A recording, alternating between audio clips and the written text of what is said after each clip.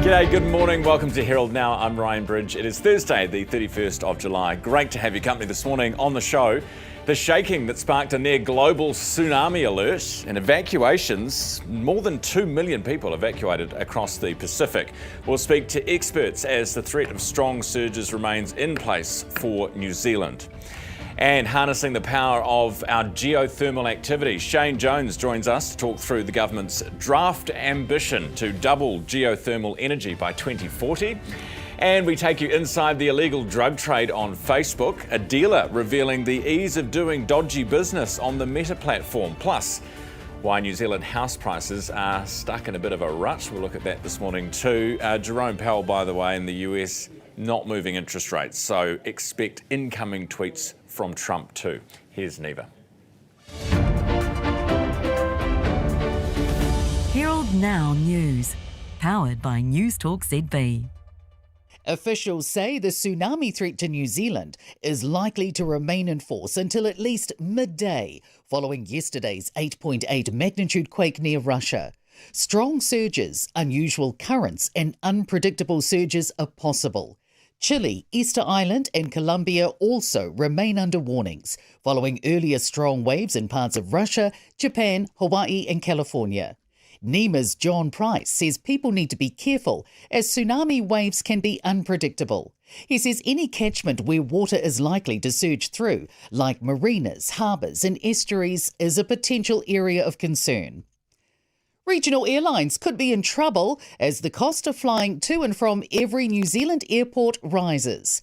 Airways, which runs our air traffic control, are upping fees for commercial airlines by an average of 17.7% over the next 3 years. It's acknowledged the aviation industry is still recovering from the COVID-19 pandemic. Air Chatham's chief executive, Dwayne Emini, told Ryan Bridge, regional airline Sounds Air is due to cut some services and will sell 5 planes. I can assure you that all regional airlines, including ourselves, are looking at similar things. So it's just not going to work long term. The prospect of better competition in the banking sector by boosting Kiwibank capital is getting the thumbs up from one economist. Cabinet's given Kiwibank's parent company the green light to fundraise $500 million from New Zealand's investors in a bid to compete with the big 4 Aussie banks. Finance Minister Nicola Willis says it could help facilitate an additional $10 billion in home loan lending. Bagri Economics Managing Director Cameron Bagri says more competition is a win for consumers, and he says this move has the potential to turn the dial a little, and while it's not a game changer, it will help. Nurses warn this is only the beginning, with just a few hours remaining of nationwide 24-hour strike action. Tens of thousands rallied at more than 30 locations across the country to make their voices heard. Efforts to curb district court delays are getting a boost with the rollout of fresh protocols for judge-alone trials. Our newsroom can reveal the updated procedures will be rolled out from tomorrow. It introduces registrar-led prosecution and defence teleconferences 3 weeks before trial and allows courts to start earlier to review and prioritise scheduled cases. Regulations are being trimmed for hairdressers and barbers. It follows a review from the Ministry for Regulation, which found a number of rules could be shown the door. Rules being scrapped include bans on tea and coffee, rulings on how bright the lights are, dog bans, and mandating how far away seats can be. Regulation Minister David Seymour says these are now up to the business owner. Herald Now Sport, brought to you by Gold Sport. Lewis Clearbert has made tonight's final of the 200-metre medley at the Swimming World Championships in Singapore after a semi-final in which Leon Marchand broke the world record. Erica Fairweather finished 6th in the 200 metres freestyle. New Zealand have dismissed Zimbabwe for 149 on the opening day of the first cricket test in Bulawayo. They are now 92 without loss in reply. England captain Ben Stokes will miss the 5th test against India starting tonight due to a right shoulder injury. You're watching Herald Now. Great to have your company this morning, just gone 3 minutes after 7. Couple of things about this earthquake and resulting potential tsunami. We had our camera operator Hayden out overnight monitoring the situation because you don't know what's going to come when they issue warnings like they did yesterday. So we sent him out. He was out at Mission Bay in Auckland, And we've got his report for you, along with a photo that he's posted. Here it is, absolutely nothing. No waves, no tidal surges, no one watching, no police, no emergency management. Life is normal, he said. Waited from midnight until 2:45 this morning. Nothing at all, just an outgoing tide. Thank you for doing that, for being on Tsunami Watch for us. I just want to know, how can you have, apparently in the top 10 most powerful earthquakes ever recorded on the face of the planet, how can you have that, and then we keep seeing just this one bit of footage of one house that's got a couple of tiles falling off of it? How do you have such a huge quake? And is it to do with the depth? Is it to do with the type of the quake? And so little damage on land, and such, by the looks of it, tiny tsunami waves rolling in across the Pacific. We will ask a scientist about that in just a few minutes' time. You may have been woken up this morning, if you're not an early riser, at 6:30 by a message from NEMA advising of this one, though, that you're seeing on your screen. You'll see the time, 3:40 a.m. One of our colleagues here got a message, a warning, at 3:40 this morning, which certainly woke them up. So I guess there's a bit of a question about when the alerts have been sent, what time they've been sent, and how necessary they are, and we'll ask those questions after 7:30. First, here's weather. Herald Now weather, brought to you by You Do It Kitchens. Good morning. A switch to southerly winds brings cooler air back across us, and also a fair scattering of showers as well, making their way up across the North Island today. Areas of cloud down south across the far southern parts of New Zealand should break up and clear, leaving behind plenty of fine weather for places like Alexandra and Queenstown, although our temperatures start to take a bit of a turn. Still a few early showers around those country foothills. We'll find those ease off as we head through the morning time, as should the winds out across Banks Peninsula, and generally a better afternoon. It's a wet start here in Wellington once again. A spell of rain runs up and across us this morning. It does become more confined to coastal Wellington, perhaps around the coast of Wairarapa, and we will find those winds turning southerly for us as well. Those showers spread northwards towards Hawke's Bay and Gisborne as we head through the morning. Perhaps one or two making their way in towards the Bay of Plenty as well. Very isolated through here. And after a fairly foggy start through Waikato, we'll find the cloud start to lift and some better weather through the afternoon. But still, those showers remain as we head through the end of the day. And one or two sharper ones up through Northland, perhaps bringing the chance of some hail as well. Actually, we'd love to hear from you this morning, just gone 6 after 7. When did you get the alert? Because I've just heard another colleague of ours got one at 2:30 in the morning. So what, is this all random? Are they picking and choosing who they want to save first? Are you on the list? It's a little worrying. Anyway, flick me an email, ryan@nzherald.co.nz. Ryan@nzherald.co.nz. What time did you get your emergency alert? How valued are you by your government? Tsunami warnings remain in place this morning, this after the huge earthquake yesterday. It was magnitude 8.8. Tremor struck off the coast of Kamchatka. This is in Russia, just before 11:30 yesterday morning, New Zealand time. It is the only quake over magnitude 8 this year, and the first of this size since 2021. Japan issued evacuation orders while Hawaii urged locals to take urgent action to protect lives and property along coastal areas. Evacuations are now happening along the Pacific coast of South America. NEMA says New Zealand coastal areas can expect, quote, strong and unusual currents and unpredictable surges at the shore, and people in or near the sea should move out of the water, off the beaches, away from the shore, out of the harbours, the marinas, the rivers and the estuaries. Auckland Emergency Management opened 4 civil defence shelters for residents who live on boats overnight. John Ristow is the seismologist at Earth Sciences New Zealand, Ristow, forgive me, and joins me from Wellington. John, good morning.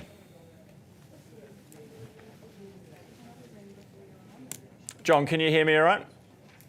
Yeah, I can hear you. Are you able to hear me? I can hear you just loud and clear. So well, let's start with the size of this earthquake. How does it rate?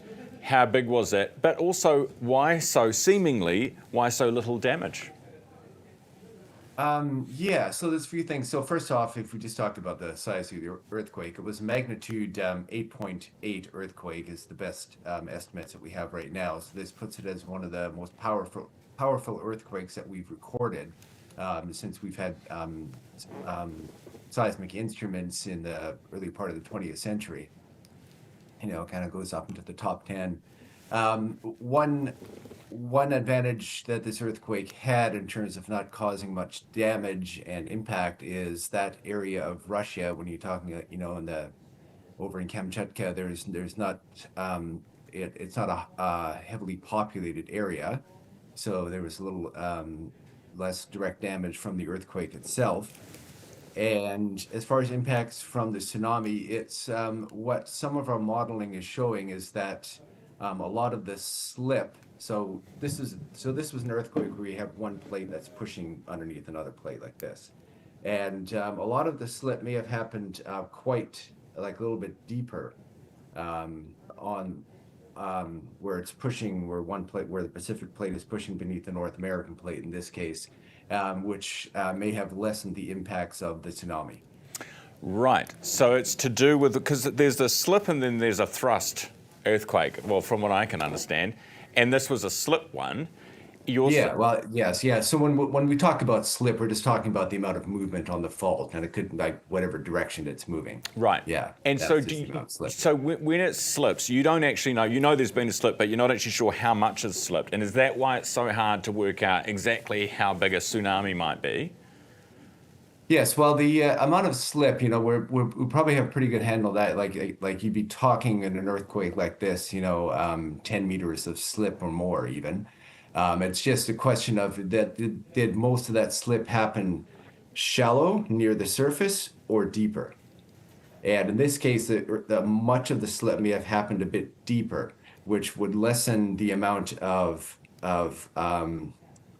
so what happens in a tsunami? Yeah, so when it slips, then you get the seafloor surface moves a great deal, and then that displaces the water in the ocean, and you get a tsunami.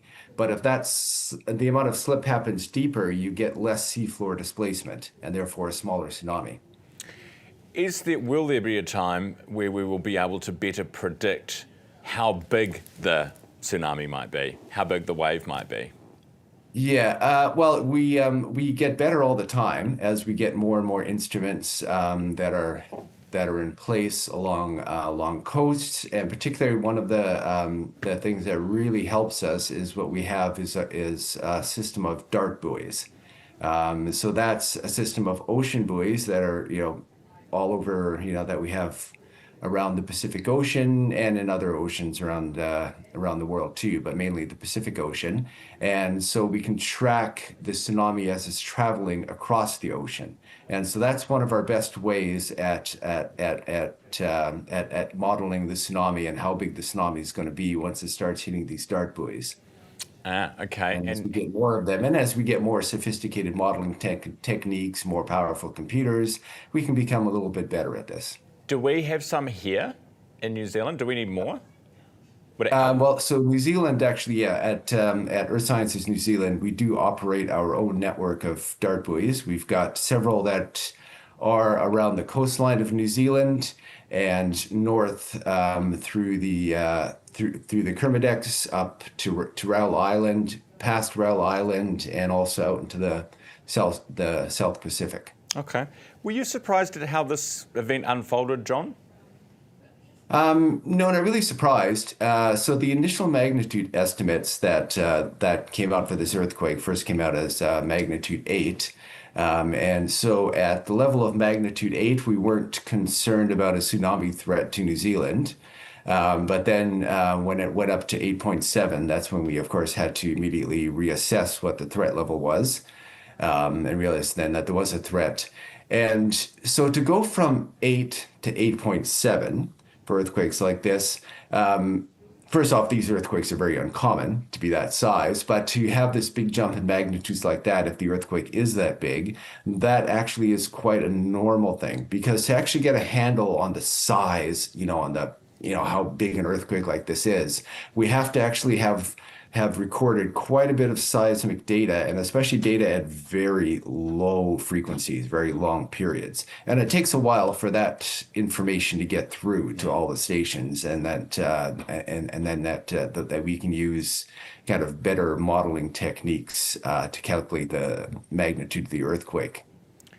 Chance of aftershocks, or potentially more tsunami alerts? Well, there have been a lot of aftershocks already in the region, fives and sixes. But as far as potential for another tsunami alert, yeah, we'll just have to see how it unfolds. It would have to be another earthquake, kind of similar size to this one, to get that. But as far as the current tsunami threat level that we have, so we're expecting, that we're still going to be at higher alert, at least through midday today, because tsunamis, they kind of arrive in waves over a long period of time, and late arrivals for the tsunami can actually be larger than the initial arrivals. So we have seen tsunami arrivals at all of our tide gauges around New Zealand and in the Chatham Islands. So there definitely was a tsunami that was produced and a tsunami that has hit New Zealand. Fortunately, it's been kind of at the lower end of what our modeling showed. So New Zealand has come out in pretty good shape as far as that's concerned. But you still have to be concerned, yes, about these strong currents and unpredictable surges that can happen. And in particular, there's going to be places where you're in little harbors and bays around the country or around the Chathams where things can get amplified, and the tsunami can actually end up being larger than what we are generally seeing. John, appreciate you coming on this morning. Hopefully that's the end of the kerfuffle, the commotion. John Ristow, I should say. Ristow, seismologist at Earth Sciences New Zealand. Time now 7:15. We asked you for your feedback this morning, Ryan at nzherald.co.nz. What time did you receive your tsunami alert? Good morning, Ryan. This is from Anna. She says, our household received our emergency alerts at 6:30 a.m. to our 4 phones. We must not be part of the favourites list, given others got theirs at 2:30. We live in Remuera. I wonder if it's done by area, says Anna. I don't think they're doing it by area. But also the people who got our colleagues who got their alerts at at 2:30 this morning, or 3:40 this morning, another one was. I think they were the alerts from yesterday afternoon, arriving late. So there you go. I think that might be what the problem is. Rather than you getting an alert late, early, they're getting one late. Flick us an email and let us know when you got yours, Ryan at nzherald.co.nz. From earthquakes and tsunamis to volcanoes, we're covering all bases when it comes to Mother Nature this morning. The government unveiling draft ambitions to get more geothermal energy into the mix. It wants to double production by 2040. Shane Jones is the Resources Minister with us this morning. Hey, Minister. Hey, morning, folks. What time did you get your alert? No, I had a great dinner last night, and there might have been a glass or 3 of red wine, so I was asleep by 8:45. And I turned my phone off for fear of being bugged by various callers. So basically you got drunk and turned your phone off and you would have slept through a tsunami. Well, that's your interpretation, mate. Very good. Are you allowed to turn your phone off as a minister? Shouldn't you be contactable at all times? Ministers travel with trustworthy staff members. I'm sure they'll get a fireman's axe and break the door open if I'm really in trouble. Not just bored, sober staff hanging around your dinners then, by the sounds of it, Shane. Hey, let's talk geothermal. It was interesting. I was talking to the Mercury boss this morning. Everyone's very excited about this strategy, but it is a draft. Very expensive to drill to get the wells for geothermal. Is that going to be a big challenge? Sounds expensive. Yeah, look, Contact Energy and Mercury, despite my war of words with them sometimes, big ups for them for sponsoring this event. Yeah, you're talking $10 to $15 million, one of these deep wells. We've already given $60 million for a long-term shot at going right near the magma. But I kind of feel, given that electricity prices are escalating, we should be also looking at options to transition businesses from either gas or electricity onto geothermal. And I could have come out with a final option, but then people would accuse me of not listening to the market and talking to the community. So by September, we'll have finalised what the government's going to do and what connection the Regional Infrastructure Fund might play in working to accelerate the transition. So what are you talking about there, potential for help for businesses to transition? Yeah, well, we're already given $60 million to go really deep into the earth to see if we can tap into the deep-seated geothermal energy. I'm working with the Energy Conservation Authority. We've already...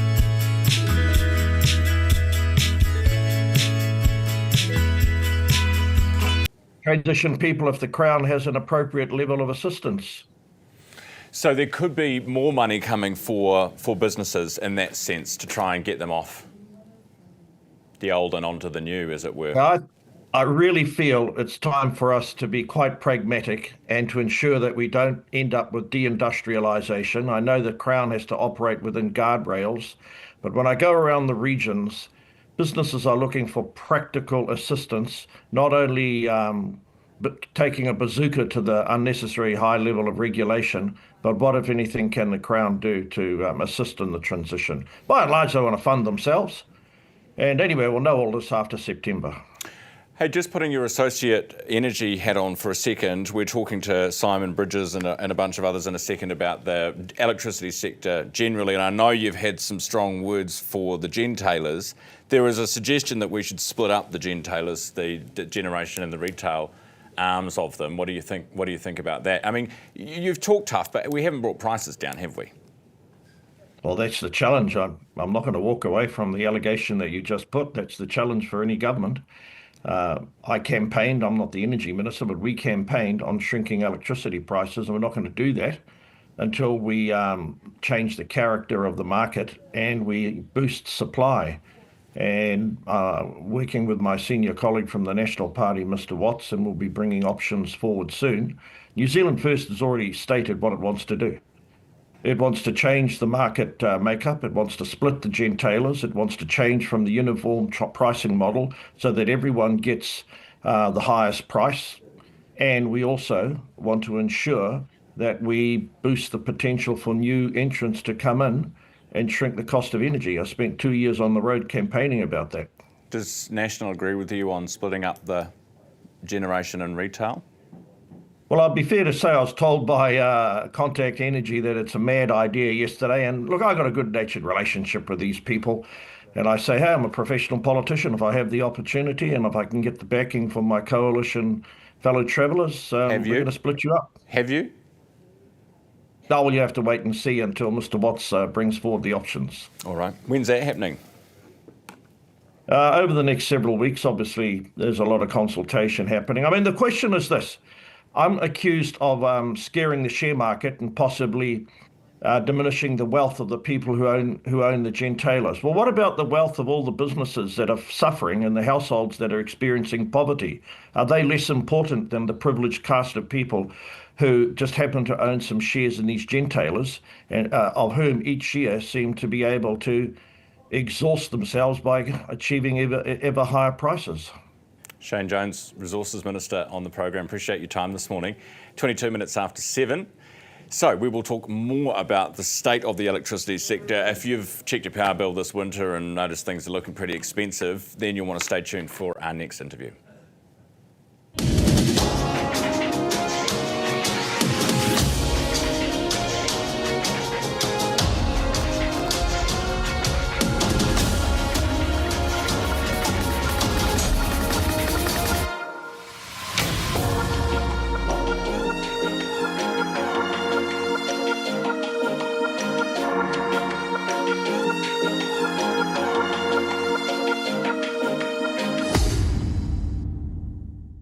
Of course we can set up the new smart TV for you.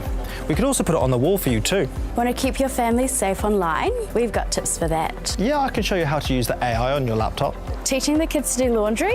These washing machines auto-dispense the perfect amount of detergent, making it super easy to learn. Wait, what's a Ninja Creamy?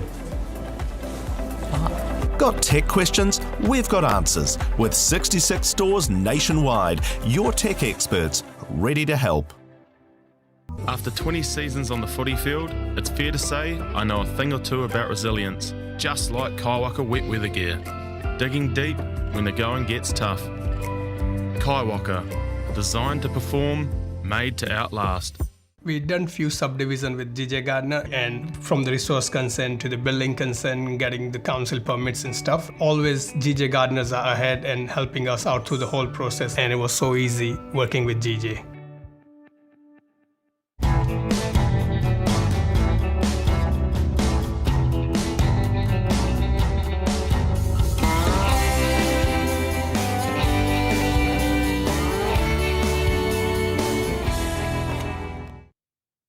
Welcome back, 24 minutes after 7 now. Both households and businesses are feeling the burn of power prices this year as higher transmission charges drive a 10% increase in our bills. Mercury, Contact, Genesis, Meridian, these are your four gentailers. They control about 85% of the market. Last year, collectively, made daily profits of $7.8 million. Known as gentailers because they both generate electricity and then sell it to retailers, i.e. themselves, the Big Four have come under increasing attack, and former Energy Minister Simon Bridges has a blunt message for them this morning. He's here at the desk. Good morning. Morning. What's your message? Yeah, I think we should separate. I think, time for incrementalism is gone. Think about the problem. Prices you've mentioned, but actually fundamentally a lack of supply. And what that means is businesses deindustrialising. Would you set up an industrial plant here today in New Zealand? No, you wouldn't. Other businesses, rank and file, going out of business, not just because of this, but energy is a really big part of it. If we're talking about technology and Auckland having more data and AI, they're very energy intensive. We're not going to be able to take advantage of those opportunities. How do you know that splitting, because Shane Jones, we just had him on, agrees with you, he thinks it, but National's not going to go for it. What evidence is there that it will result in lower prices? I could run you through the price problem. I could run you through the supply problem. Actually, we're not going to have enough supply next year in terms of what was anticipated, and that's solar and wind that's not coming on.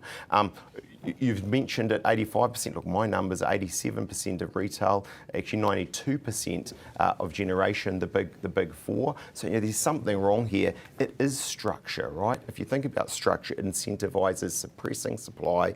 It incentivises barriers to entry for new players, and incentivises keeping prices higher. The businesses I talk to, and they're not going to come on your show, by the way, because in the end they have to try and deal with these gentailers, given their market dominance.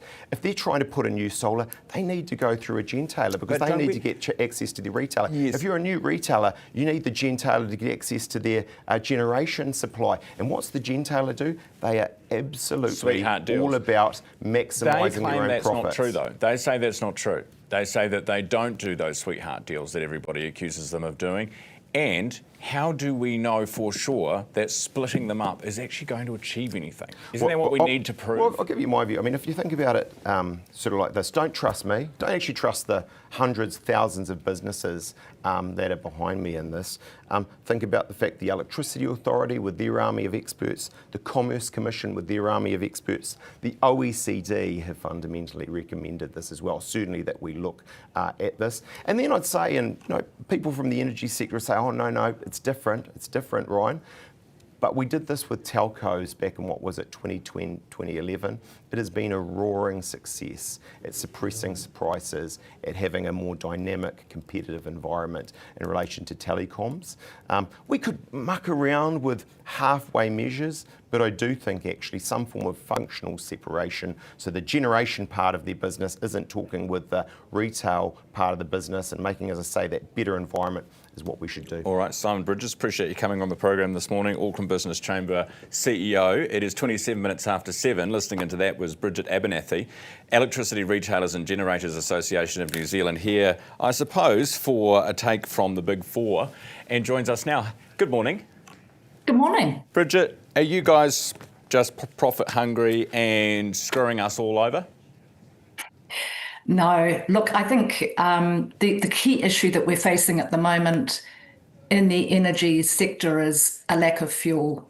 Last year, we realised we were running out of gas faster than we'd thought, and it pushed wholesale prices up. The most important thing that we can be doing right now is investing in more generation. Are you? Yeah. I mean, the latest work, we've spent... our members alone have spent $10 billion in the last decade on new generation, and we've got $6 billion committed in the pipeline for the period through to 2030. I just had a quick look at the EA's Transpower's pipeline report recently, and there's a lot of new generation coming through. What about this idea of splitting up your generation and your retail interests? Are you guys, I'm assuming you're opposed to it, but what would it actually do to the price of electricity in New Zealand? I think you ask a really good question, and I think it's a conversation we've got to have. We can't see any evidence that vertical separation would lead to better outcomes for consumers or lower prices. And I think this is a really important question to be asking. Where is the evidence for that? It's, I suppose, in your interest to not go ahead with a plan like that, to not be in support of a plan like that. What is it that would happen to your business, to your members' businesses, if that was to be instituted? Well, I think we did some commissioned some research on this to look at the pros and cons of vertical integration and vertical separation. I think the thing about vertical integration is it already delivers benefits to consumers. So it's more effective. Vertical integration is more effective in managing wholesale price risk. It better supports investment because it increases the credit scores, which improves access to finance. It's more efficient. And it eliminates, that double potential for double margins if you split the companies up into two. So we would argue there's already benefits that consumers are getting from the vertical integration model. And I'd point out it's a model that's effective in Australia, the UK, Europe, parts of the US. This is not an unusual model. All right, appreciate your time this morning. Thanks so much for coming on the show. That's Bridget Abernethy, the Electricity Retailers and Generators Association of New Zealand, representing the gentailers. To be honest with you, this is a story that we do every now and then. We have been doing it a lot lately because it's winter, and this is what the media does. We have done it with supermarkets. We have done it with banks. And I am actually starting to feel a little bit bad for our audiences. We keep saying everything's so expensive, whether it's electricity, whether it's supermarkets, whether it's whatever, petrol prices. Everything's so expensive. And here's an expert, or here is a politician who says that they will come in and they will fix that. No one has ever come in and fixed that. No one has ever come in and made prices cheaper for you at home. And yet we keep, people keep coming on into the news and promising that they will do this, despite a mounting evidence to the contrary. Just gone 28 minutes away from 8.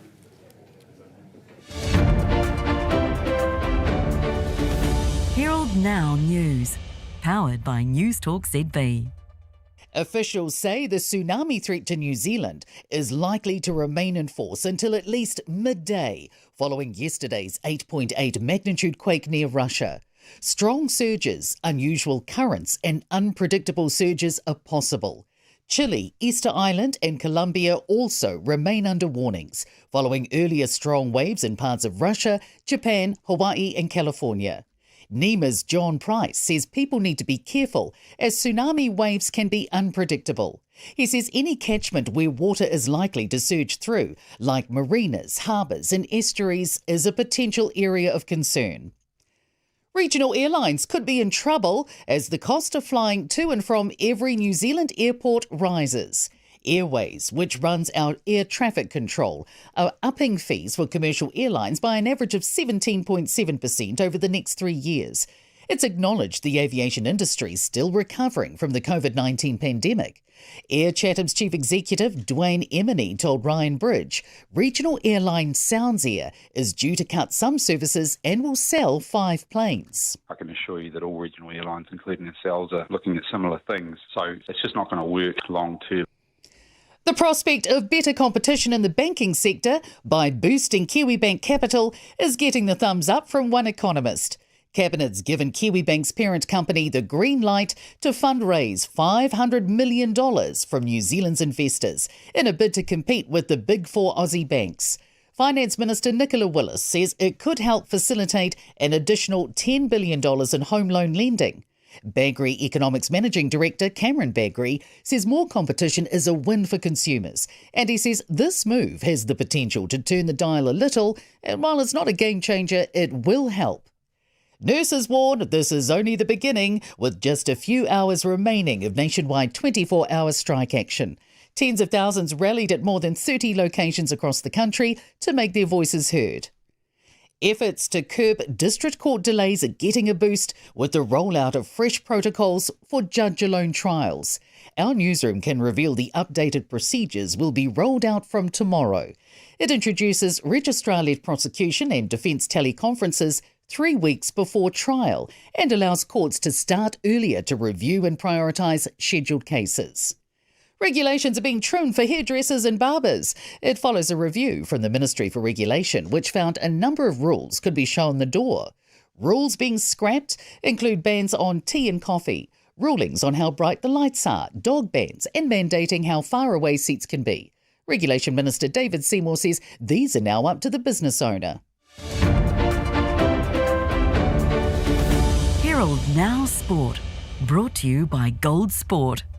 Lewis Clearbert has made tonight's final of the 200-metre medley at the Swimming World Championships in Singapore after a semi-final in which Leon Marchand broke the world record.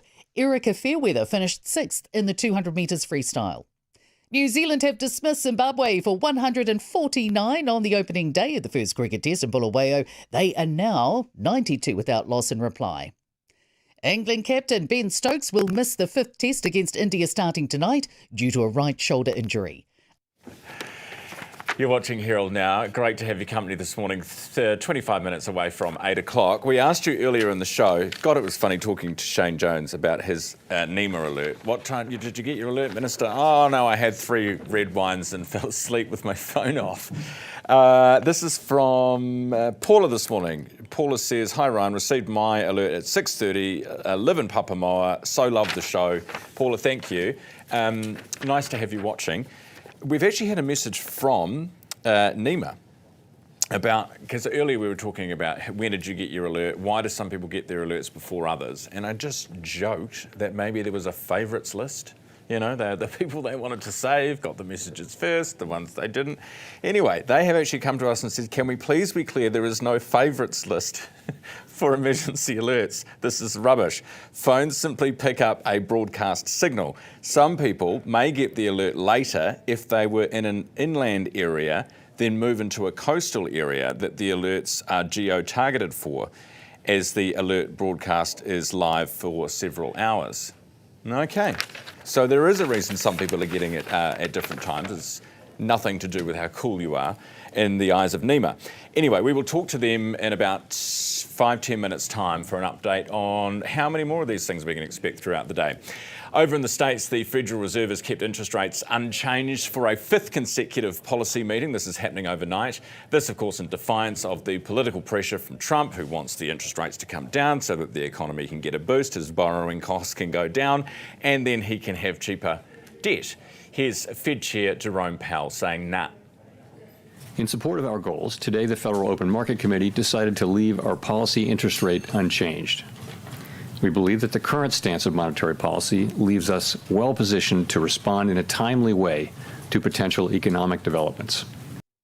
It's Jerome Powell from the Federal Reserve. So we await incoming missiles in the form of Trump tweets this morning because he won't be happy with that. Here's weather.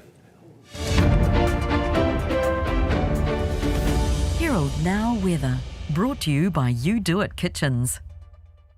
Good morning. A switch to southerly winds brings cooler air back across us and also a fair scattering of showers as well, making their way up across the North Island today. Areas of cloud down south across the far southern parts of New Zealand should break up and clear, leaving behind plenty of fine weather for places like Alexandra and Queenstown, although our temperatures start to take a bit of a turn. Still a few early showers around those country foothills. We'll find those ease off as we head through the morning time, as should the winds out across Banks Peninsula, and generally a better afternoon. It's a wet start here in Wellington. Once again, a spell of rain that runs up and across us this morning does become more confined to coastal Wellington, perhaps around the coast of Wairarapa, and we will find those winds turning southerly for us as well. Those showers spread northwards towards Hawke's Bay and Gisborne as we head through the morning. Perhaps one or two making their way in towards the Bay of Plenty as well. Very isolated through here. And after a fairly foggy start through Waikato, we'll find the cloud start to lift and some better weather through the afternoon.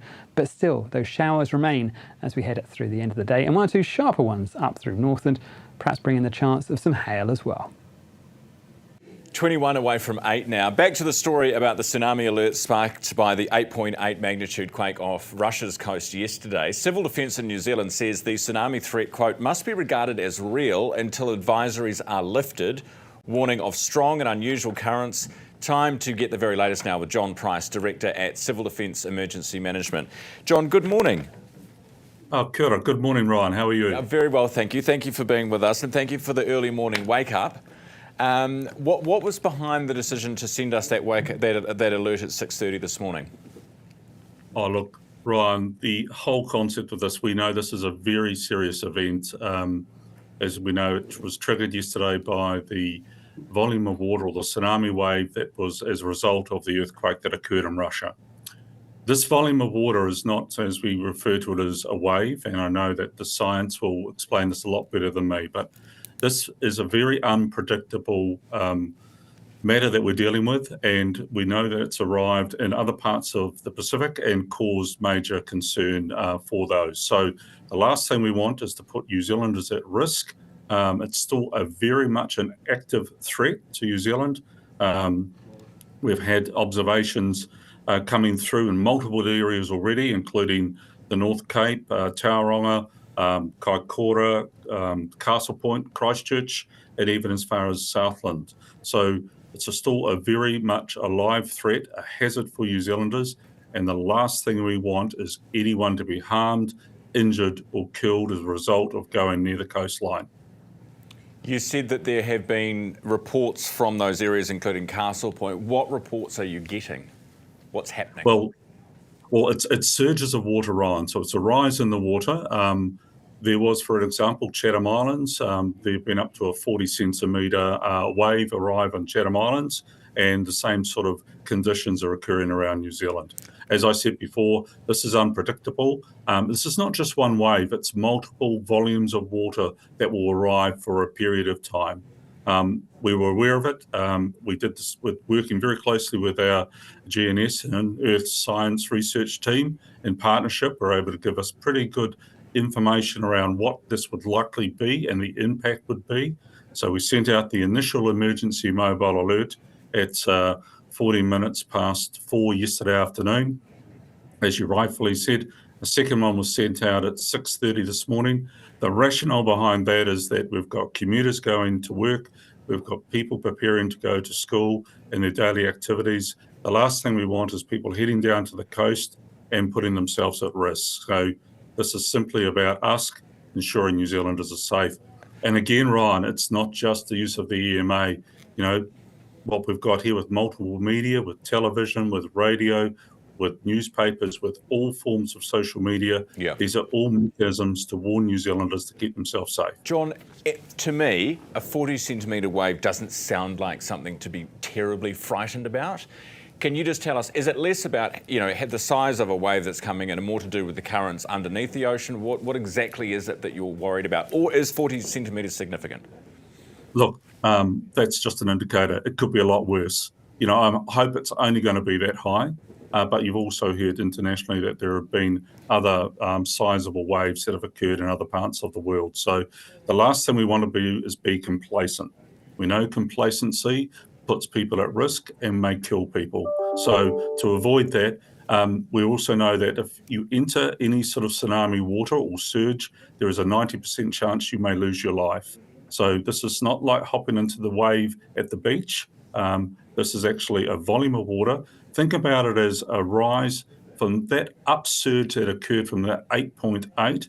It has lifted the sea up a huge amount, and that wave has taken a long time to get to us, 12 hours, but it's a whole volume of water. It's not a wave as you would normally record it. Yeah, in a lot fact, of energy. I think we need to think of it like it's not a wave, it's more a wall of water.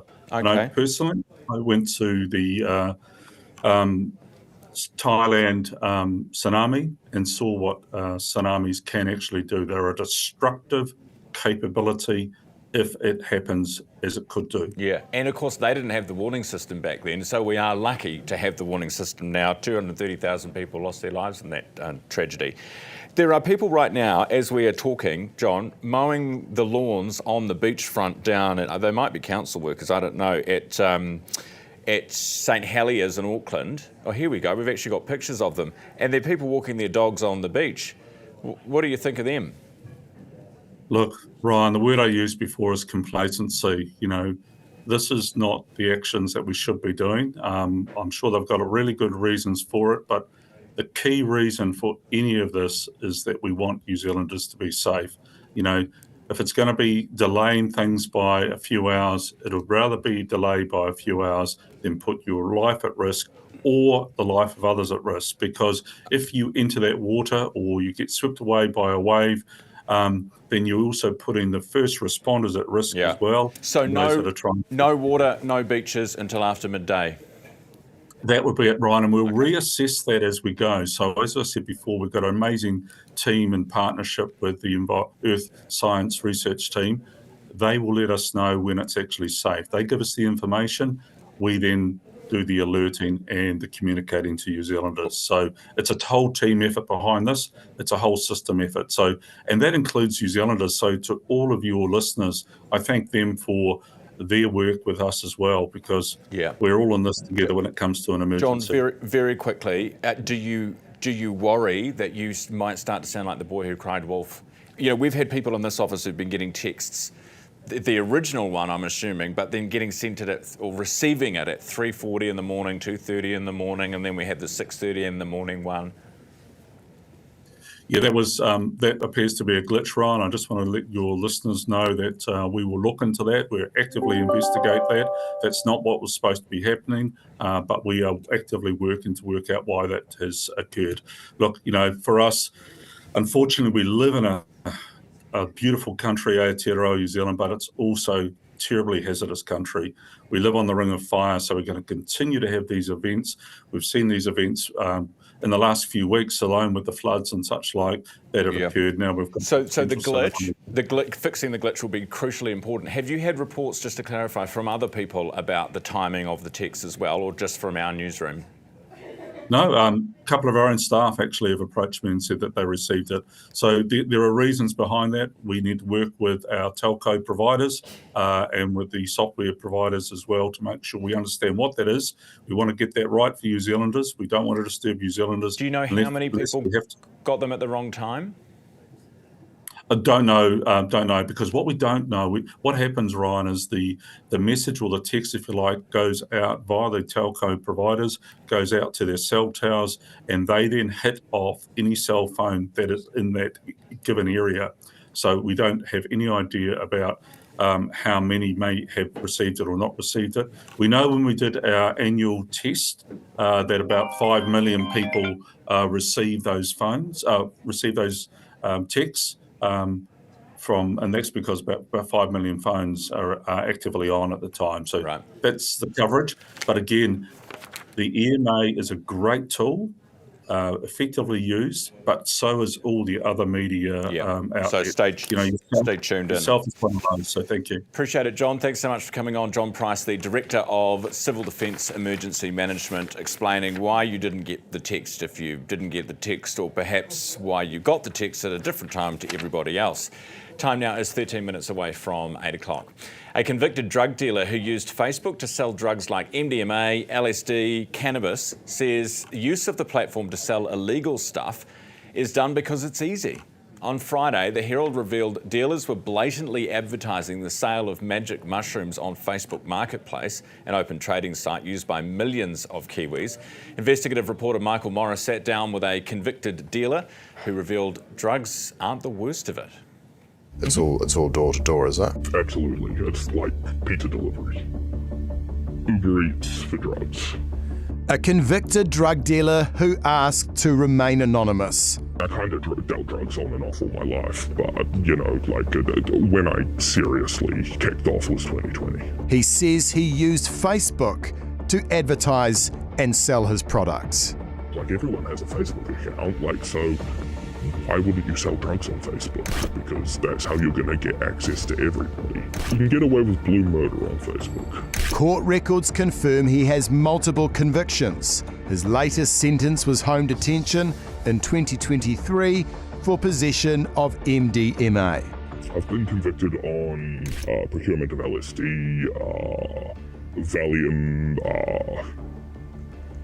misuse of medicines for Xanax. Selling Xanax? No, that was just possession. But selling cannabis, MDMA. How much money were you making a week? Anywhere from 10k to 50k a week. Easy. Made easy, he says, by using private groups on Facebook Messenger. And what's being sold at the moment? You name it. You want it, you can get it on these groups. Anything. The Herald's previously revealed dealers were blatantly using the open platform Facebook marketplace to advertise the sale of magic mushrooms. The magic mushrooms, some of them were even advertising LSD, and I just couldn't believe my eyes.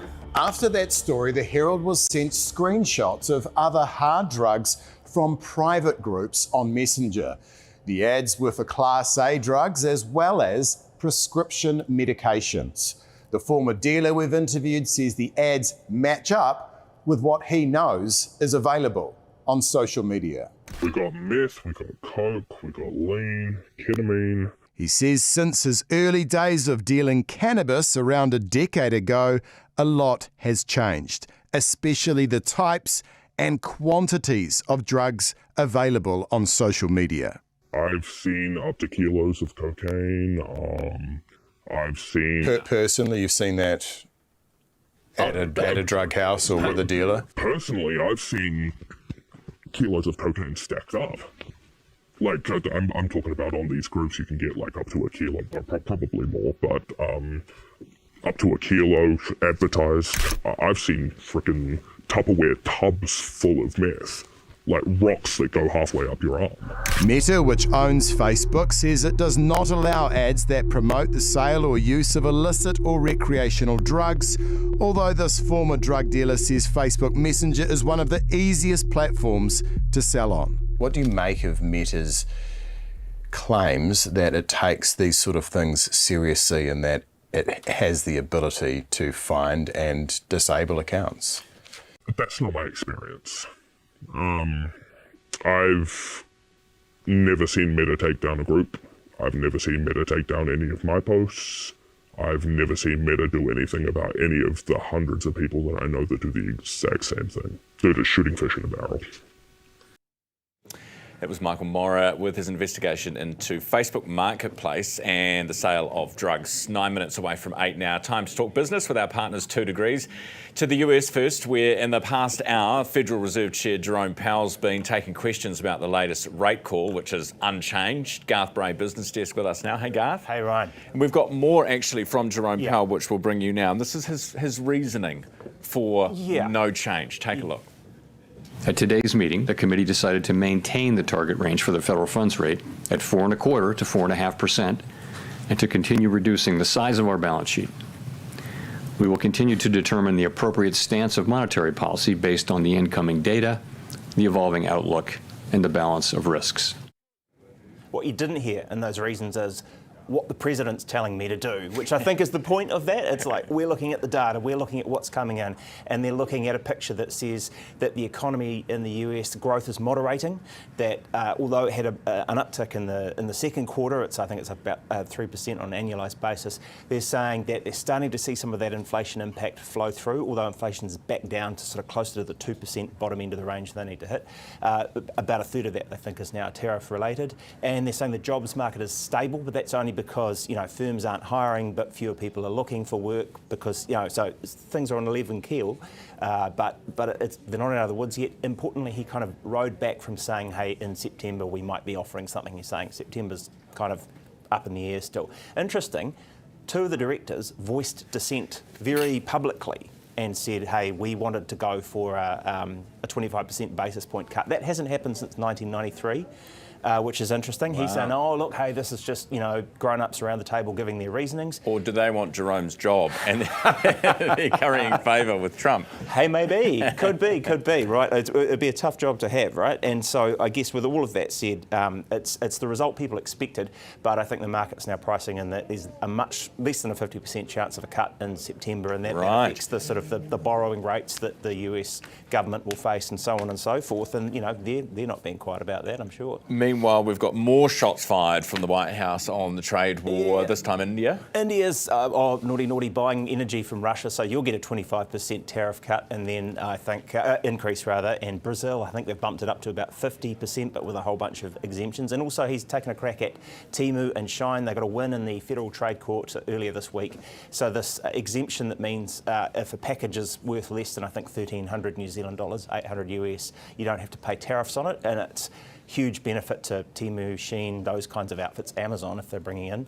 That's going to be gone, so they'll now be searched. They're kind of citing a national security thing, saying, oh, that's how fentanyl gets into the country. Also, it's a big scam, says Donald, so they want to get rid of that. Classic. Yeah. Garth, thank you. Good to see you as always. Garth Bray, Business Desk, here every day, thanks to our partners 2 Degrees with business news, 6 to 8 now. And you're watching Herald Now. A corroding $11 million wall is causing a stir in Rotorua, with community groups calling it a national environmental concern. The Ohua Wall was built to stop nutrient-rich polluting water from Lake Rotorua spilling into Lake Rotoiti and degrading its quality. Matthew Nash is the Rotorua local democracy reporter with us this morning to explain this to us. Good morning. Good to have you on the program. Tell us, what's going on here? Yeah, so, as you mentioned, the wall was built in 2008 to prevent Lake Rotorua from sort of polluting Lake Rotoiti. And it seemed at first that was having the desired effect, and locals and residents have commented on how the Lake Rotoiti quality really improved after that. But in the last few years, they've started to notice some degradation in the quality of the lakes, water clarity and algal blooms beginning to happen. And obviously there are holes in the wall, you can see in the images that they've provided. And yeah, they've this week have handed an urgent letter of demand to the Bay of Plenty Regional Council, who are the owners of the wall, and basically accused them of not fulfilling their resource consent, and suggesting that the wall itself requires a repair. They've suggested a $25 million solution to that. However, the regional council say the repairs are not currently urgent, suggesting that the quality of the Lake Rotorua has improved and is no longer an urgent issue. But the community associations who are sort of arguing against that are pretty steadfast in their opinion. Hey, thanks for that update, Matthew. Appreciate your time this morning. Matthew Nash, the Rotorua local democracy reporter. It's just gone 4 minutes away from 8 now. That means time for our sports panel this morning. Joining us, Bonnie Jansen, Herald sports journalist, along with Liam Napier, Herald senior sports journalist at the desk, just to make that distinction. Yeah, surely. Junior, senior. Good. Yeah, that's us. Now, cricket. We've had, what's going on? We're going to smash Zimbabwe, or have we smashed Zimbabwe? It's Just happening about. overnight. Yeah, you can plan your weekend out, Ryan. This test will be over in 3 days.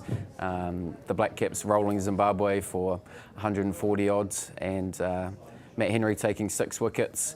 The Black Caps this is their first test series in basically a year. They played in December, they play Zimbabwe, and then they don't play again a test series until December. So a bit of a weird sort of time for New Zealand cricket in that regard. Yeah, and kind of is it weird that they're playing Zimbabwe? Is Zimbabwe a big test nation?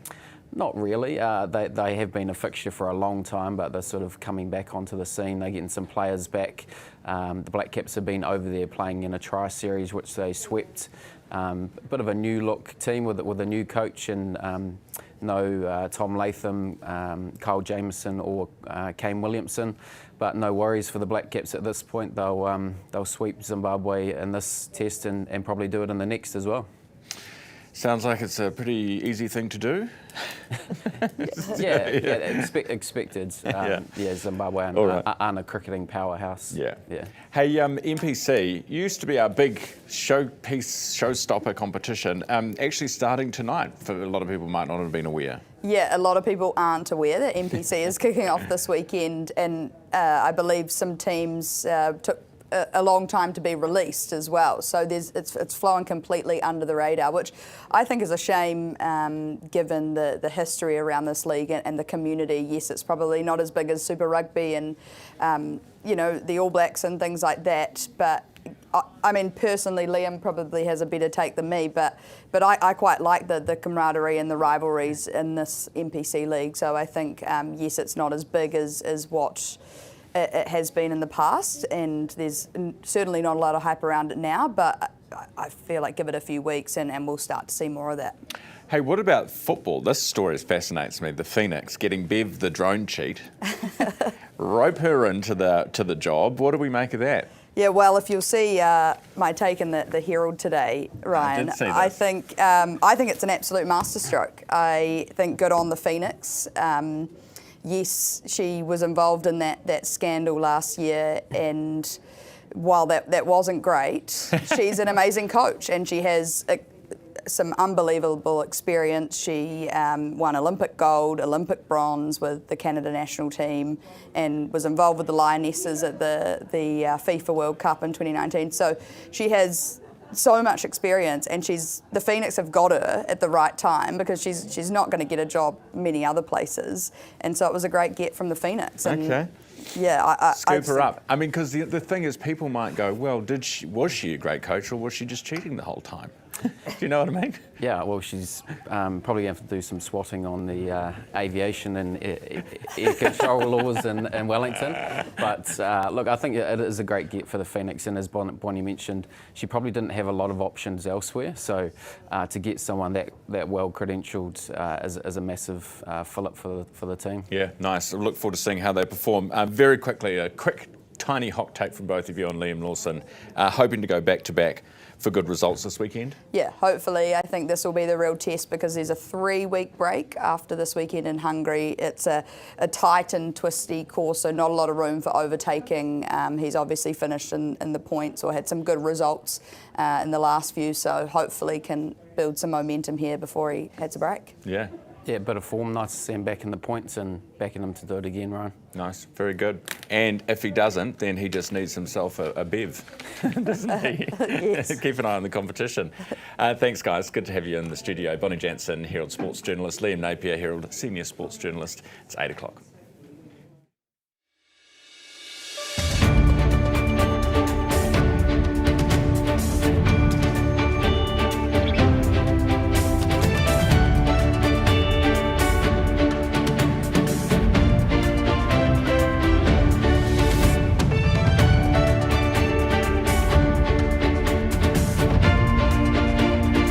Kia ora, good morning. Welcome to Herald Now. I'm Ryan Bridge. It is Thursday, the 31st of July. Great to have your company this morning on the show this hour as deaths from hunger rise, over 150 in Gaza.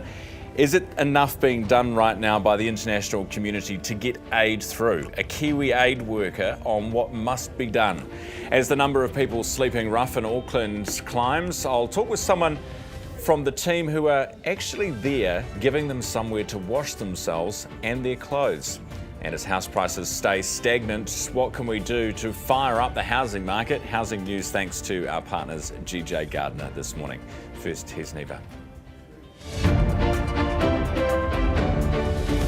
Herald Now News, powered by Newstalk ZB. Officials say the tsunami threat to New Zealand is likely to remain in force until at least midday, following yesterday's 8.8 magnitude quake near Russia. Strong surges, unusual currents and unpredictable surges are possible. Chile, Easter Island and Colombia also remain under warnings, following earlier strong waves in parts of Russia, Japan, Hawaii and California. NEMA's John Price says people need to be careful as tsunami waves can be unpredictable. He says any catchment where water is likely to surge through, like marinas, harbours and estuaries, is a potential area of concern.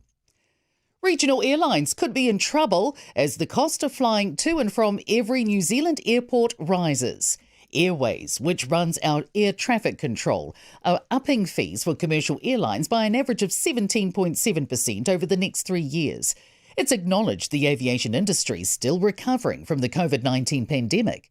Air Chatham's chief executive, Dwayne Emini, told Ryan Bridge, regional airline Sounds Air is due to cut some services and will sell 5 planes. I can assure you that all regional airlines, including ourselves, are looking at similar things. So it's just not going to work long term.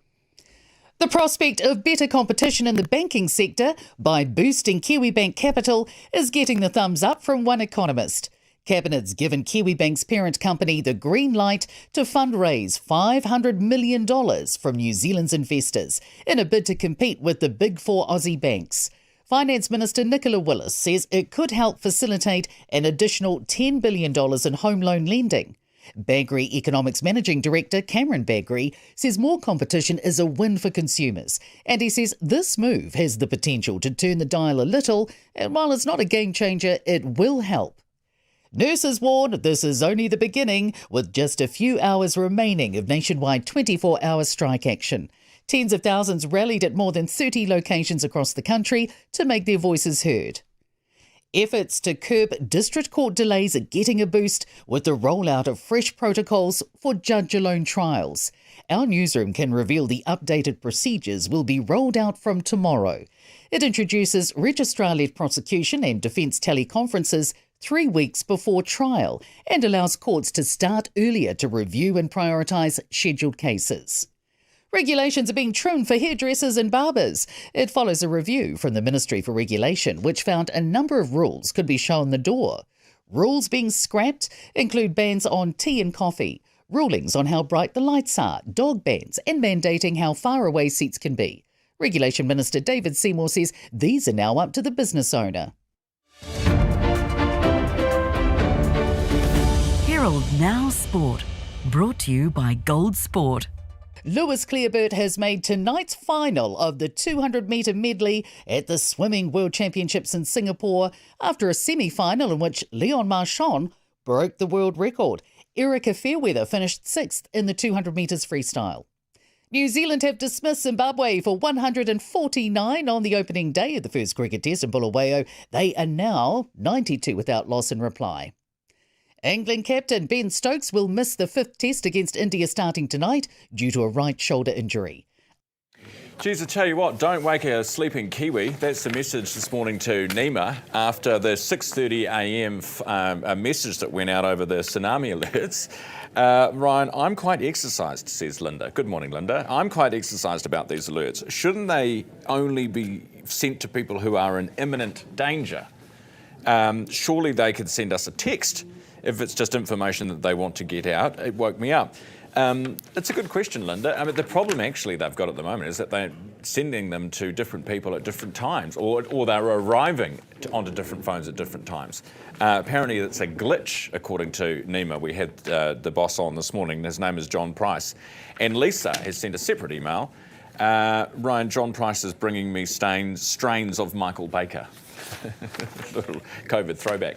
Thing is, it is an impossible job for them because if you undercook it, you know what the media's like, you know what we're like, you know what the public's like, social media's like. If you over or undercook, then it can be terminal, can be fatal for you. So you end up in situations where you're sending out alerts and what are we to do but to listen to the experts and take the advice? I mean, it's not hugely inconvenient. It's not like we're going into a 3-month lockdown. You know, they're quite different situations. It's just stay out of the beach for the next 3 hours. And as I mentioned to John, when he was on the program, you know, the Boxing Day, the Indonesian tsunami on Boxing Day in 2004, 230,000 people died. Just think about how significant that is. And none of them got warnings. Now we have warning systems. So they are a good thing, a useful thing to have. And I bet that if you went back to 2004, they wish they had them then. 8 minutes after 8, here's weather. Herald Now weather, brought to you by You Do It Kitchens. Good morning. A switch to southerly winds brings cooler air back across us and also a fair scattering of showers as well, making their way up across the North Island today. Areas of cloud down south across the far southern parts of New Zealand should break up and clear, leaving behind plenty of fine weather for places like Alexandra and Queenstown, although our temperatures start to take a bit of a turn. Still a few early showers around those country foothills. We'll find those ease off as we head through the morning time, as should the winds out across Banks Peninsula, and generally a better afternoon. It's a wet start here in Wellington once again. A spell of rain that runs up and across us this morning does become more confined to coastal Wellington, perhaps around the coast of Wairarapa, and we will find those winds turning southerly for us as well.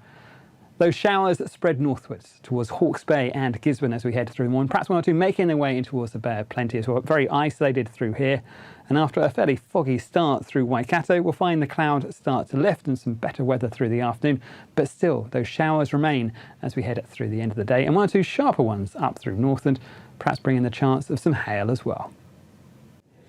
Well, just days after Donald Trump said, the US president said that in Gaza there is real starvation happening, malnutrition is a big and increasing problem there. Israel says it's not imposing restrictions on aid entering the region, a claim which is not accepted by its allies in Europe. Mike Seawright is a relief aid director with us at the desk this morning. Mike, good morning. Good morning. So what are you hearing from your contacts? Do you have any involvement with what's going on in Gaza? We have a team on the ground in Gaza delivering water every day, and I must say it's a particularly difficult environment. I wake up each morning wondering if we've lost more staff. We've already lost 7 killed, 2 severely injured, and it's a testament to our team that they get up, dust themselves off and continue to deliver water when people are getting killed in food queues, when bombs are raining down on them each day, when their own families are suffering from malnutrition. Where do you get the water? How do you get the water in? One of the big problems with Gaza at the moment is it's effectively blockaded.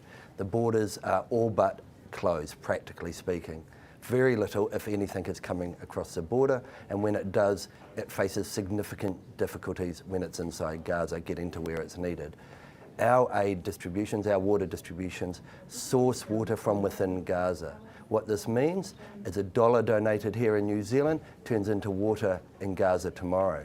And this is unique in the sense that we don't have to cross a border that is always closed. How do you get the water though? Is it from wells or is there a salination plant? What? There are a few desalination plants and boreholes continuing to operate in Gaza at the present time, but those that are, we take our trucks there, they pump it out of the ground, desalinate it because it's a salty environment in its own right. We put it in our trucks, and move it out to the camps where people are displaced. Is there any food source inside Gaza? Food at the moment is an extremely difficult thing to get hold of. If we look at it from purely a cost perspective, it's $1,100 US. It's about 16 or 1700 New Zealand dollars for a 25 kilogram bag of flour. It's $150 US, 180 New Zealand dollars for a kilogram of sugar. Baby powder, our team leader has a small baby, can't get baby powder for his kids. Diapers, all but impossible to get hold of. I don't know. Basically, people are just inflating the prices because there's nothing around. The shortages are acute. So Israel has always said, when it comes to the distribution of aid, Hamas gets involved. There are deaths, there are threats. They take the aid, they use it as a weapon, all this sort of stuff. What are your people experience of this on the ground? From our own distributions of water, we don't see this. But it is certainly the case that some of the aid that's coming into Gaza across that border is getting looted. It's a fact. Our own teams tell us they are disgusted about what's happening. They understand the desperation of people who have no other option, at least in their mind, to go and jump on a truck and try and grab some food for themselves. But this belies the systemic problem that's happening in Gaza. If you blockade a population, if you starve a population, bad things will happen. If these problems are removed, life will return to normal and people will get access to food. Appreciate you coming on this morning. Mike, hopefully it's something that we can see movement on before the UN General Assembly next month. Appreciate your time. Well, I mean, hopefully tomorrow. Appreciate that. Mike Seawright, who's with Relief Aid, he's the director there. You're watching Herald Now. It's just gone 13 minutes after 8 o'clock. Next, we're talking about the homelessness problem in Auckland. Plus, we'll find out from our panel who was woken up first. Who's the favourite? Dave Latelli and Dame Julie Christie join us shortly.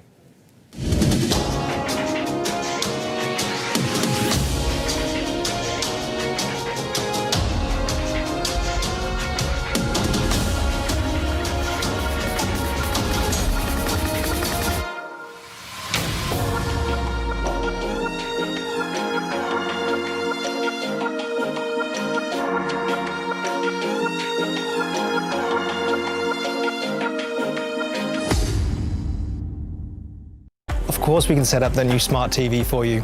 We could also put it on the wall for you too. Want to keep your family safe online? We've got tips for that. Yeah, I can show you how to use the AI on your laptop. Teaching the kids to do laundry? These washing machines auto-dispense the perfect amount of detergent, making it super easy to learn. Wait, what's a Ninja Creamy? Got tech questions? We've got answers. With 66 stores nationwide, your tech experts ready to help.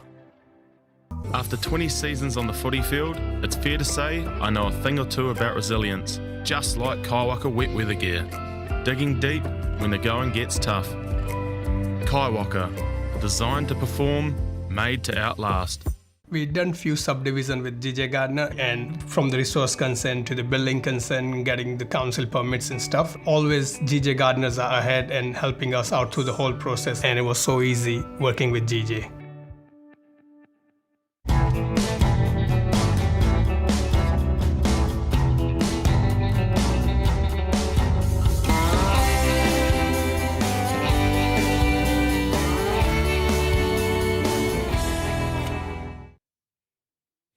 Welcome back, 8:15. New Auckland Council figures show more than 700 people are now sleeping rough in the inner city. That's a 50% increase since September last year. There are also reports that the Central Library bathrooms are being used by rough sleepers to get changed and wash their clothes. This is when charities like Orange Sky step in, offering free laundry and shower services. Emma Butler is Orange Sky National Coordinator with us this morning. Emma, good morning. Good morning, Ryan. Thanks for having me on. Thank you for being here. Are you seeing what the council says that they are seeing, what we can all kind of see with our own eyes, that there isn't some sort of increase going on here? 100%. On the ground, I think what Orange Sky is seeing is a huge increase and a huge demand for services, support services like Orange Sky. I think this time last year we now have 53% more shifts than we did last year, and we've seen an increase of 82% in washing since this time last year. So we really are seeing across the motu a huge increase in the demand for services like ours. Right. And is it what exactly are they wanting? Shower, washing, both? Everything. And everything. I think, yeah, so it's really a safe space is what's being needed. A safe space for our friends and whānau who use our services to come have access to a hot shower and have the ability to have their clothes washed, and also the connecting in with the community. I think a lot of our friends and whānau, our service users, find that they are disconnected from their communities, and one of the things that Orange Sky want to do is reconnect those communities together. You get chatting to them obviously when they're doing this. What are they saying? Why are they here? Why are they not without a home? Why are they without a home and in such great numbers, apparently? I think there's lots of reasons for why people are homeless, but I think it's not just our rough sleepers that are using our services. We're finding whānau are using our services, people who are housed, people who have jobs. But what they're finding is that there's severe hardship out there at the moment. And so people are coming to utilise our services because they can't afford to get their washing machine fixed. They can't afford to go to the laundromat to have their clothes washed. So we're seeing, across the communities, lots of different people coming to use our services. Okay. And so what do we need to fix this problem? How long is a piece of string? I think one of the things that we can do is this could be a call to action for people who are listening today who may want to see what they can do, would be to go to our website, orangesky.org.nz, to see how they can support their communities, whether it's through volunteering or through a donation. But also I think one of the things that we can do as a community is look behind the numbers. If we're looking at 41,000 people who are currently homeless at this moment, that's 41,000 people with with a name, with a face, with their own stories. I think if we can start to humanise those figures, I think we go a long way to finding a solution to the issue that we're finding at the moment. All right, Emma, I appreciate you coming on this morning and chatting to us. Thanks, Ryan. Thanks very much. Emma Butler, Orange Sky National Coordinator. Time is 18 minutes after 8. Ozzy Osbourne's funeral procession made its way through his home city of Birmingham in the UK overnight.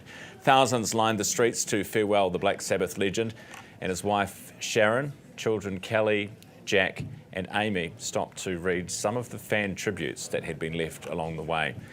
They then went on to a private funeral ceremony. Ozzy Osbourne died last week at the age of 76. Very sad. Another one of these bloody alerts. Whose is this one? Oh, it's one of our guests. Sorry.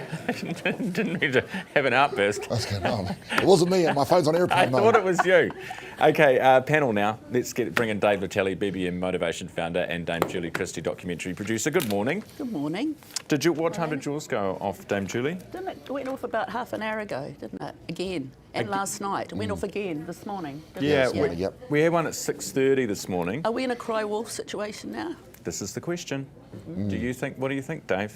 It starts to feel a little bit like that when you look at the ocean and it's flat. Yeah, I think we can't have it both ways, right? Like, we complain so much with the Auckland floods. Yes. And Gabrielle said, look, this is just a result of that. Yeah. It was Russia. It was the words Russia being in the first line. I know. You all went, Russia? It would have been maybe better to say it's alert and then down the bottom say, well, the earthquake happened in Russia. It can still affect. But what you saw is this must be a mistake. Russia. Yeah, I think we complain about. When I look at it, I just think, well, thank goodness I'm not living there. No, exactly. But you're right though. It's the media's fault because we bash. If you undercook it, we bash you. If you overcook it, we bash you. So they're just so frightened that they send out an alert when the toaster pops. Yeah. Hey Ryan, we have Julie here with the legend of reality TV. I reckon I was telling her before, we need a reality show of Winston Peters. Ooh. How good would that be? We were laughing because we felt that Chloe was about to hit David just before, and we were thinking about how funny it is when people explode. That'd be great TV. But how Winston Peters has now become the statesman. Yeah, see, would he be good reality television? You have to be a person who verbalises your every thought to be a great reality TV person, and that's why Americans are so good at it and Australians are increasingly good at it. We're still a bit British suppressed. I laugh at every interview that I watch of him. I'm just laughing. I know, same. He's got it down pat now, hasn't he? Does. He's done enough of them. Yeah. But we actually thought that if you had Chloe and David in the studio together today, there might have actually been a fisticuffs. Yeah. That we might have needed a NEMA alert to separate those two. The thing is, I've had them on a panel on the AM show years ago, and it was on a Monday morning, and they came into the studio, and it's just such a different experience. So much better. It is, because you can stop them and split them up and separate them, and I caught up with Chloe a couple of days ago, and I asked her a question: what's wrong with David Seymour? What did she say? What's right with him? Goodness me! I mean, they're sort of probably the more extreme ends of Parliament, aren't they, in terms of their beliefs? Which is why the panel should be an interesting experience. It's hard to remember now what either said. It's very hard now to remember what either of them said. 100%. And that's because, as you well know, you've got to land a blow or you've got to land one big statement. Going crazy it makes it difficult for the viewer or the person at home to understand what either really stands for other than their usual, we're so far apart, we're always going to disagree with each other. Yeah, I completely agree with that. When I got home, my husband said that to me. He said, I couldn't tell you what either of them said. No. And I said, well, that's an indictment on me as much as it is them. And David, of all people, you should be able to land the blow. Yeah. Right. Geothermal activity. We've had Shane Jones on this morning. He would be good in a reality show. He does verbalise his every thought. He does. He does. But he's on to something with geothermal. And apparently the deeper you go, the more potent this stuff gets. And the more power we could create. Yeah, there's also, like, when our food bank got burgled, right, and we had all this off meat, and there's a company called EcoGas or EcoStock who come and they take it, and they've got a plant down the line somewhere, and it's massive. It's a really underutilized resource where it creates all this gas, and it's natural. So I think and it's not government funded. I think we need to be looking at that type of stuff as well, because that's we cool. have all this food waste that's going to reduce landfills and produce gas. What's annoying about this whole thing is we always go, or Chloe, you know, half of our government always goes, no, not how can we do it, you know, without damaging, you know, the environment. How can we do it? We just have developed this no mentality. Yeah. When instead of a how-to mentality, which is what we used to be famous for, now we're like, no. You know, like, surprise me just once, Chloe, and give me a how we could. How could we do it and make you happy? Yeah. Like, we just need the how-to mentality, not the no. And Shane does love to throw a bomb, doesn't he? Yes. You know, and it works every time. There's got to be a middle ground. Well, there does, but also it's not coal. I mean, it's good. You know, I come from the West Coast, and when you see mining, it's many decades since people were allowed to mine and strip land. Now they have to restore it. There is so much swamp in that. It's been restored into much better land on the West Coast. Sometimes you've got to look on the positive side of it too. And as long as we keep instead importing millions and millions of tonnes of coal from the Philippines, you know, how can we say to the West Coast, you can't mine, but we're going to import millions and millions of tonnes from the Philippines? No, exactly. Like it's ridiculous. It's insanity. It is insanity. Also insane is Facebook Marketplace, which I've never bought a single item. I haven't either. I never have been on there. Have you, Dame Julie? I know a lot of people who do use it, but I haven't. I'd be afraid of what they'd use with your address. How do you hand over the stuff? Oh, why are you looking at me? I don't know. I thought you might know these things. It's crazy that in the old days, like a long time ago, you know, you're speaking in code and all these, you know, have you seen that movie Hateful Eight when you want an 8-ball? You know, like there's all these different things, but now you're on Facebook. Yeah. And, they literally have menus up on Facebook selling drugs. Yeah, it's nuts. And how are they getting away with it? Well, Meta. It's a good question.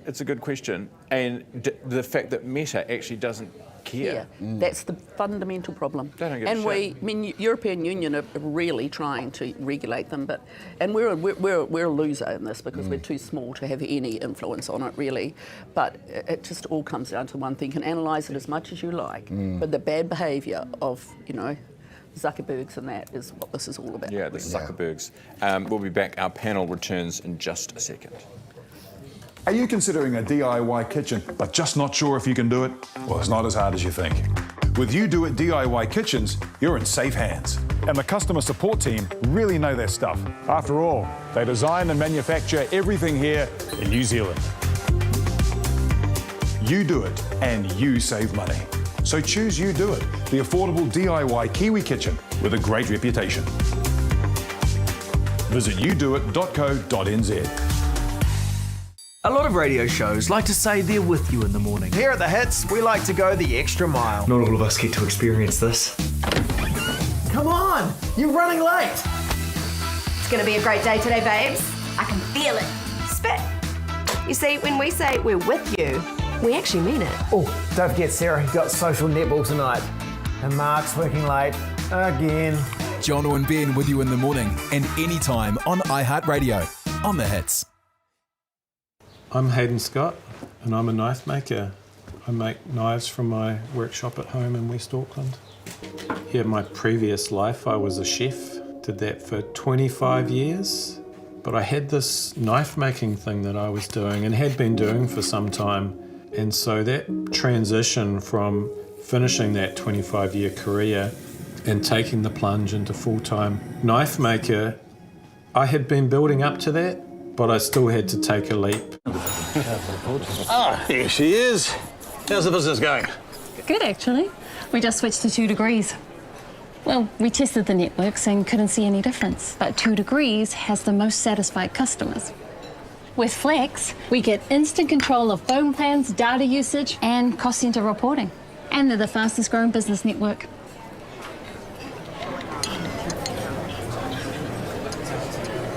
Can I have what she's having? Welcome back to the panel on Herald Now this morning, 28 minutes after 8. Dave Latelli from BBM and Dame Julie Christie. On my card, actually, Dame Julie, it says Damn Julie Christie. So there you go. Where did that come from? I don't know. It's an angry producer. Yeah. Someone who didn't get a job. Yeah, someone's miffed. I don't know. Yes. Someone applied to be on one of your shows. They missed out. And it's always been Damn Julie Christie. That's right. Now, Gloria Vale. So we've had Howard Temple pleading guilty to a whole bunch of charges in court. Some of them were downgraded or dropped, but he pled guilty to the rest of them. It's always sort of heartbreaking and fascinating to look on from afar at Gloria Vale. What do you think when you look at all of this, Dame Julie? Well, I've Damn Julie. Thank you. That will become. Never mind. Let's walk past that one. I think I've been to. About 20 years ago, I made a TV show down the West Coast, and it was in Hauperi, which is very isolated, and we couldn't find anyone to cater for about 30 crew and cast. And somebody came up with the idea of asking this nearby farm if they could help us. Turned out to be Gloria Vale, and they completely survived all the food. And of course, they make their own butter, they make their own bread, they make everything. There's no processed foods. So the food was amazing.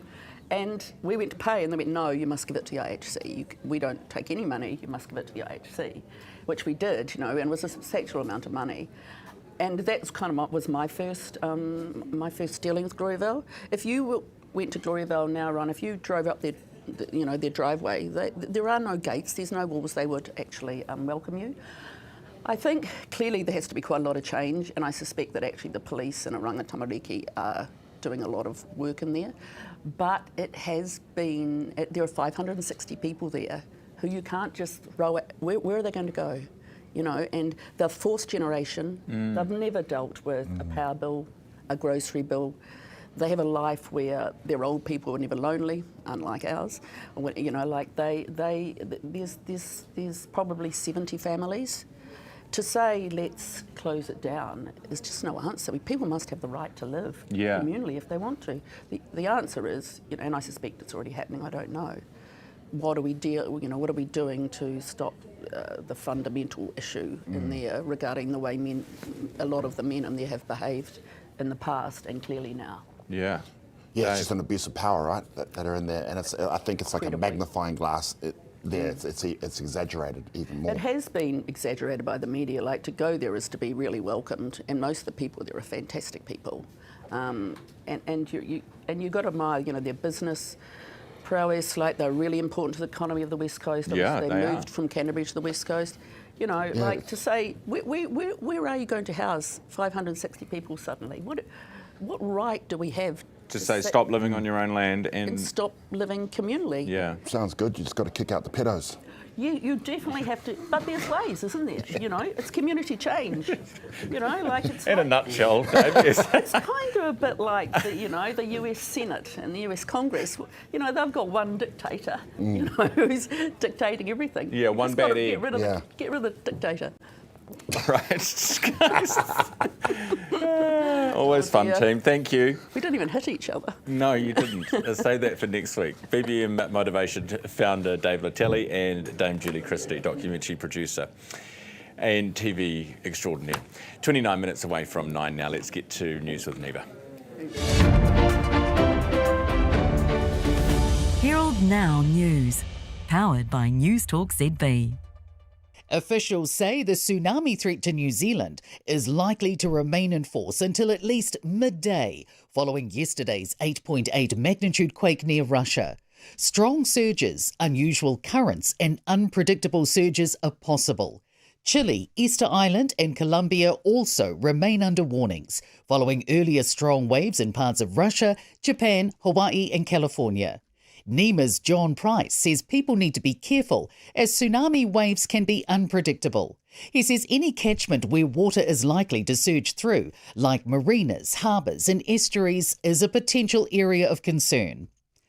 Regional airlines could be in trouble as the cost of flying to and from every New Zealand airport rises.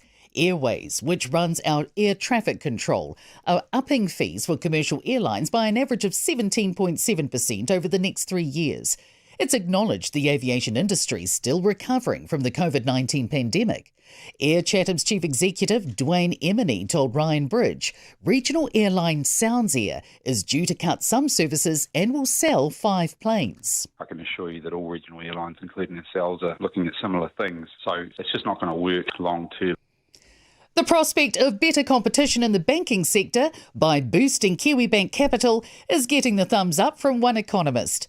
Cabinet's given Kiwibank's parent company the green light to fundraise $500 million from New Zealand's investors in a bid to compete with the big 4 Aussie banks. Finance Minister Nicola Willis says it could help facilitate an additional $10 billion in home loan lending. Bagri Economics Managing Director Cameron Bagri says more competition is a win for consumers, and he says this move has the potential to turn the dial a little, and while it's not a game changer, it will help. Nurses warn this is only the beginning, with just a few hours remaining of nationwide 24-hour strike action.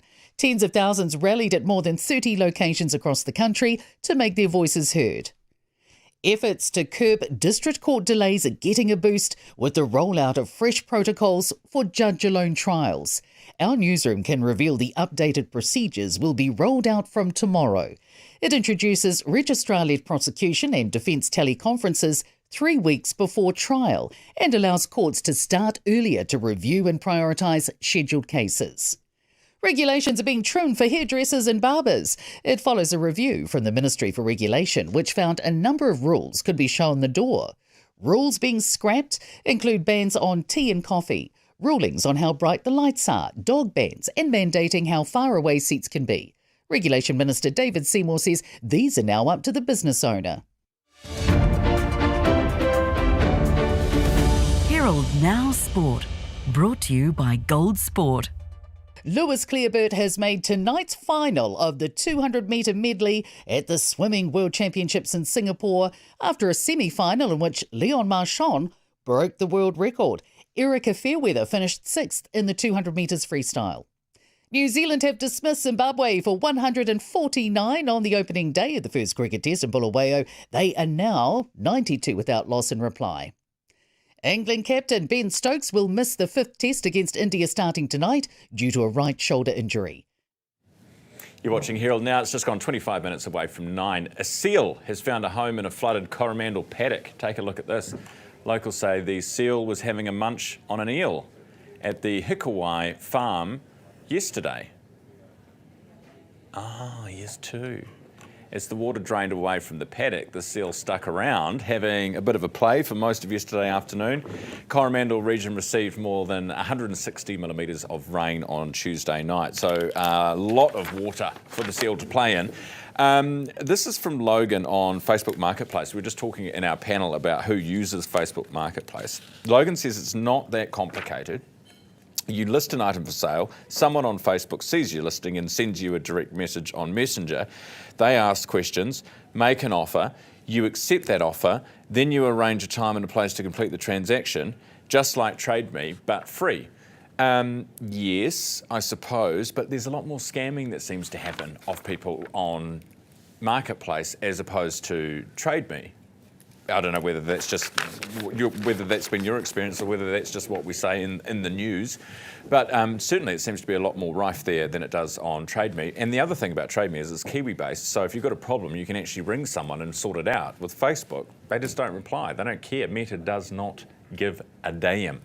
24 away from 9. Herald Now Weather, brought to you by You Do It Kitchens. Good morning. A switch to southerly winds brings cooler air back across us and also a fair scattering of showers as well, making their way up across the North Island today.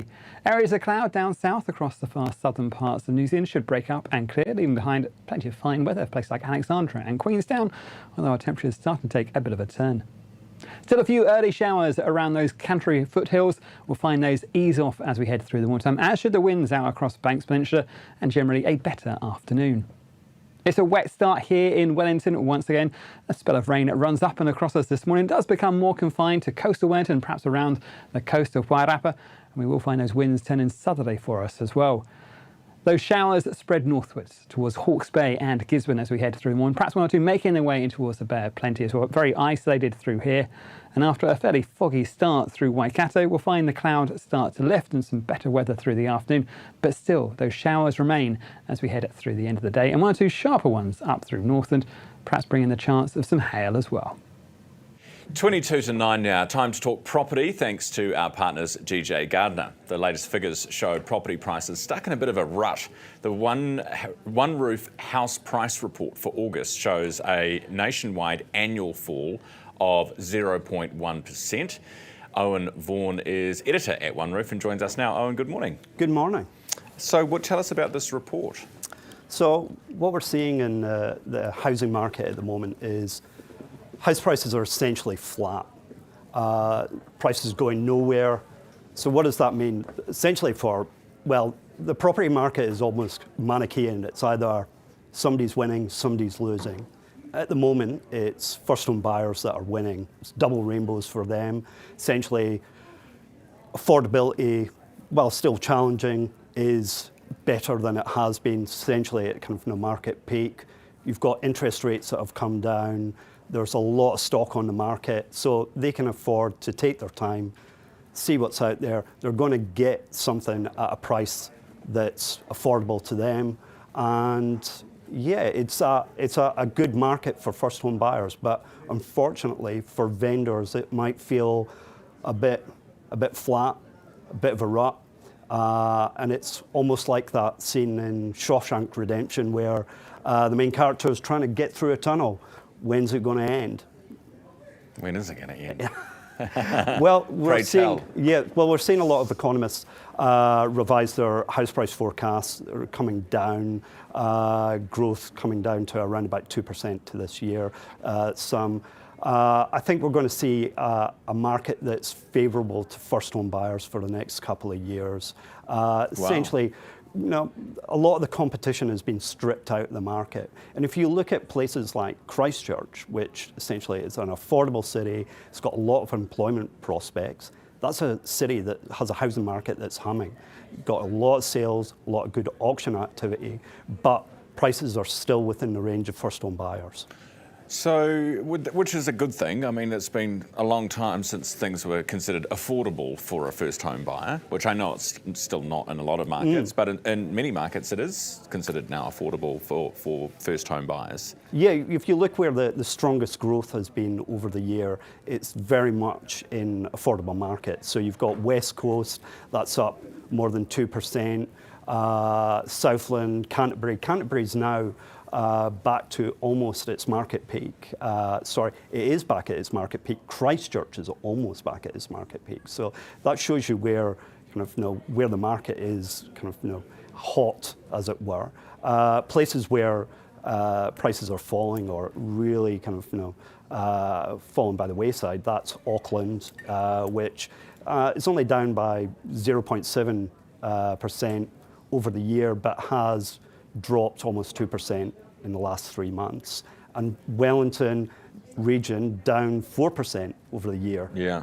So that's a challenging market for those people. The Auckland thing, it's almost the inversion of what you would normally see, which is when there's an economic recovery, Auckland leads it, house prices rise here, flows to the rest of the regions, you get your Auckland investors going out and pushing up prices there too. But we're actually seeing almost the opposite at the moment. Yeah, we're seeing a complete change to almost what we were 10 years ago. Where if you think 10 years ago, we were all in a panic that prices were the worst they've ever been, that no one was going to be able to buy a house, and we were all going to hell in a handbasket. Whereas now it's affordable. No one's panicking about house prices apart from vendors, and rightly so in many cases. But it seems to be a calmer market. And if you look at the Australian experience at the moment, where prices in affordable cities like Adelaide, they're now $1 million city they in just Aussie keep going. dollars. Yeah, post-COVID, they just keep going. The only part of the country where you're seeing rampant house price growth, where you start to look at the charts and you go, ooh, is Queenstown Lakes, and that's almost a market in of itself. It's fueled by a very wealthy house buying class. There's a lot of kind of supply problems there, and so you're seeing kind of the average property value there over 2 million, where it's just to be expected where houses sell for 10 million, 20 million, probably even 45 million. And you've only got so much land, and it's so beautiful, and everyone wants to be there. And hey, thanks for coming in this morning. Lovely to have you. No worries. Thanks very much. That is One Roof editor Owen Vaughan on the program with the latest One Roof report. It's 17 minutes away from 9 now. And you're watching Herald Now, and we talk property every week, thanks to our partners, GJ Gardner. The most advanced satellite of its kind was launched in a joint US-India project last night. The satellite is designed to track tiny changes in the Earth's surface. It's hoped it will predict natural and man-made hazards. Will it predict tsunamis? It will orbit Earth 14 times a day. It's just the first joint space mission between NASA and India, and it comes as Donald Trump announced he'll slap a 25% tariff on goods imported from India, plus an unspecified penalty for buying Russian oil and weapons. So, giveth with the one hand and taketh with the other. For more on this and the rest of the day's business news, time to talk business with our partners 2 Degrees. Kiwi Bank now has the green light to go fishing for $500 million of new capital. Garth Bray Business Desk, good morning. Hey, Ryan. So they've got this green light, and there's also the potential down the line for a potential float, partial float on the stock exchange Yeah, too. but there's a bit of a lack of interest from the market around that because there's not that much detail, right? So $500 million sounds like a lot of money to you and me, but it's like a third of probably the profits stated for one of the big banks that they're trying to compete against. So in and of itself, it's not a big chunk, and I guess it was quite light on detail, what we got out of the announcements yesterday. I mean, it is good that they're able to go looking, but there's some questions about exactly what the structure of that will be, exactly how they will be looking to raise those funds. And because there's that lack of information around a possible IPO, initial public offering, a chance for all of us perhaps to invest and buy in there, it's probably our team were picking up a bit of reluctance from the market because they're saying things like, well, who the director's going to be? There was also some criticism, I think, from Sam Stubbs, who's a pretty activist investor and fundraiser himself, saying, well, the board's not commercial enough. We want to see some board changes, and arguably you wouldn't necessarily get that if they're just raising debt. If they're actually looking at equity and so on, potentially there's a chance for you to sort of get in there and say, well, we'd like to see this person change. So it's probably gone over a little bit rather than yay, to put it kind of bluntly and simply, just around some of those reasons. Then there's the other issue of will it actually achieve what the government says that it's hoping to achieve by having the capital injected in the first place, which is for it to be a bigger, beefed up bank that can take on the Australians.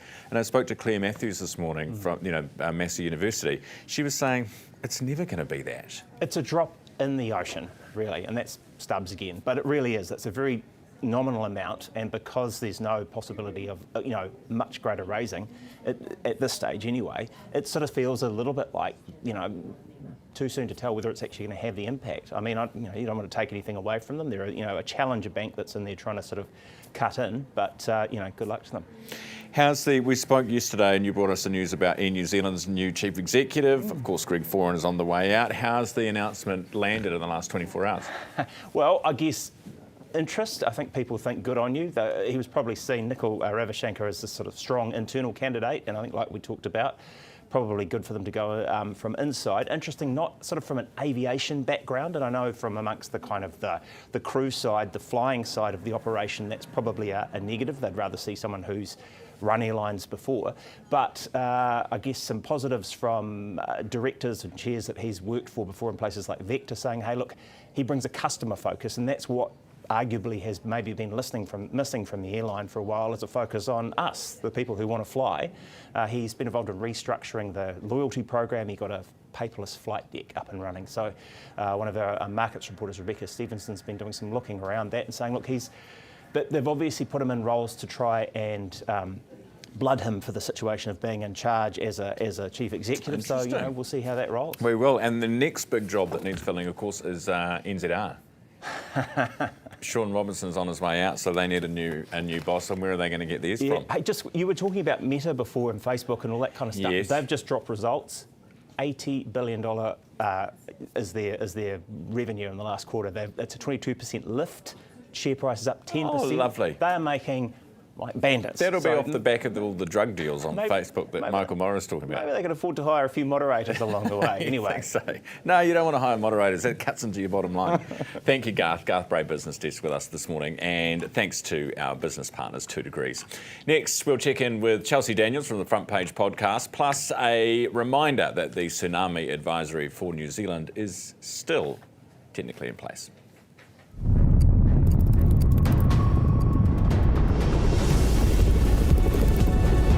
Vacant City Acting Prime Minister, does he stand by all of it? You don't shout out like some bunch of clowns at university. My message to the union is very clear. Don't use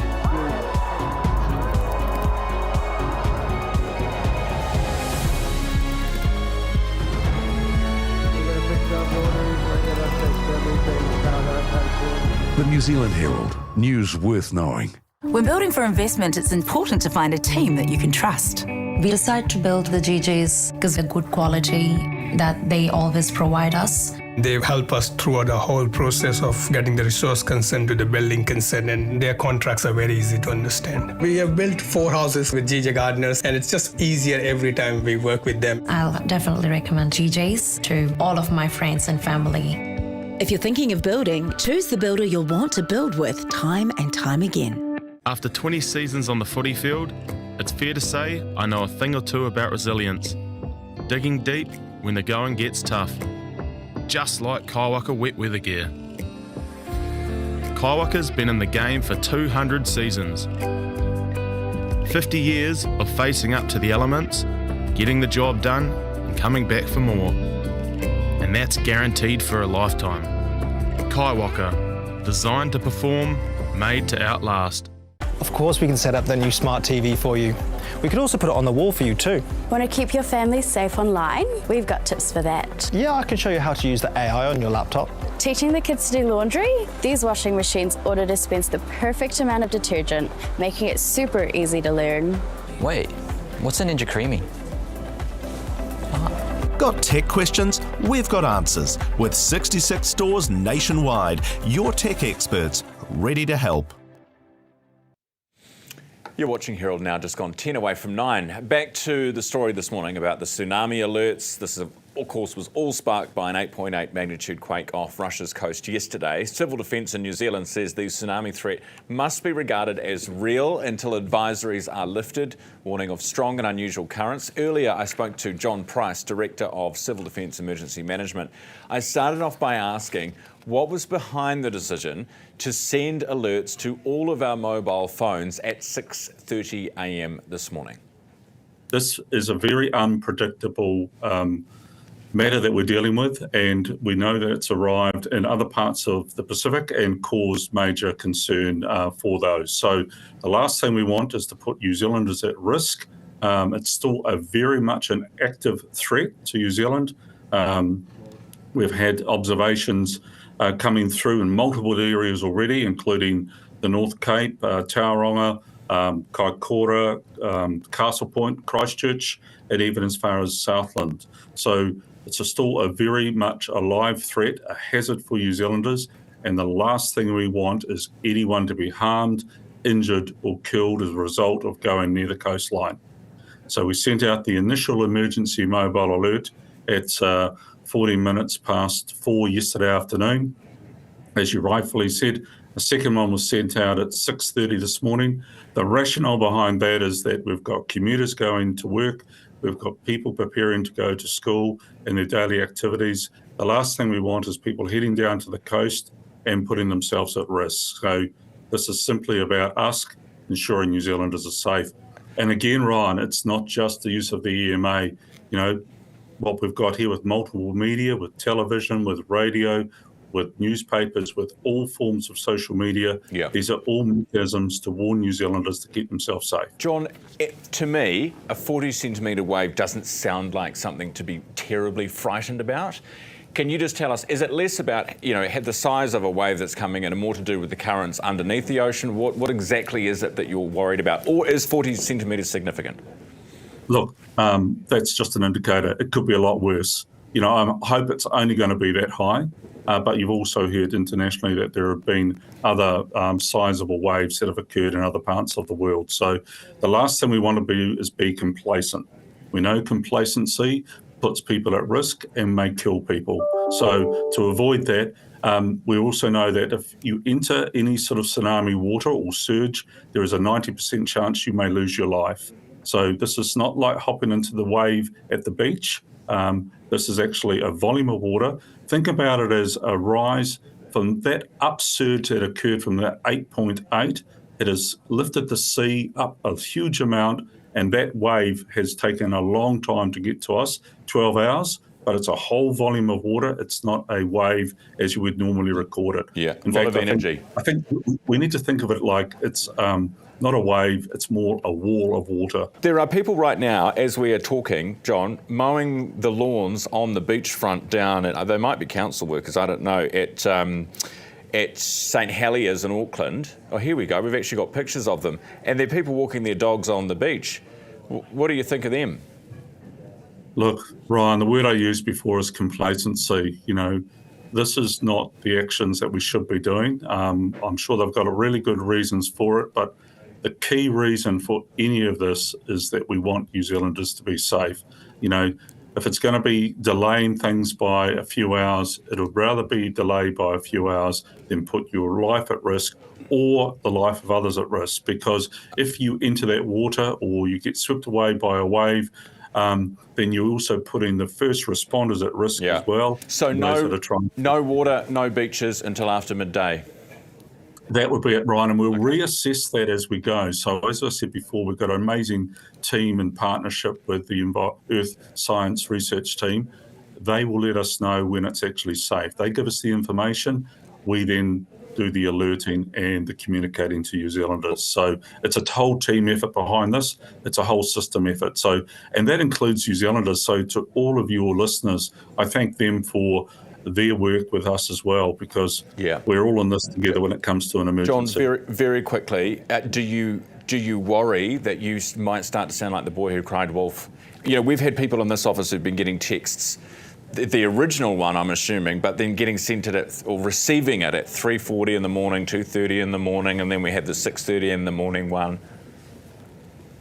Yeah, that appears to be a glitch, Ryan. I just want to let your listeners know that we will look into that. We'll actively investigate that. That's not what was supposed to be happening, but we are actively working to work out why that has occurred.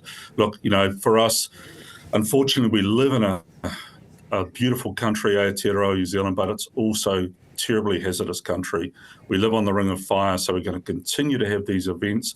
We've seen these events in the last few weeks alone with the floods and such like that have occurred. Now we've got so the glitch, fixing the glitch will be crucially important. Have you had reports, just to clarify, from other people about the timing of the text as well, or just from our newsroom? No, a couple of our own staff actually have approached me and said that they received it. So there are reasons behind that. We need to work with our telco providers and with the software providers as well to make sure we understand what that is. We want to get that right for New Zealanders. We don't want to disturb New Zealanders. Do you know how many people got them at the wrong time?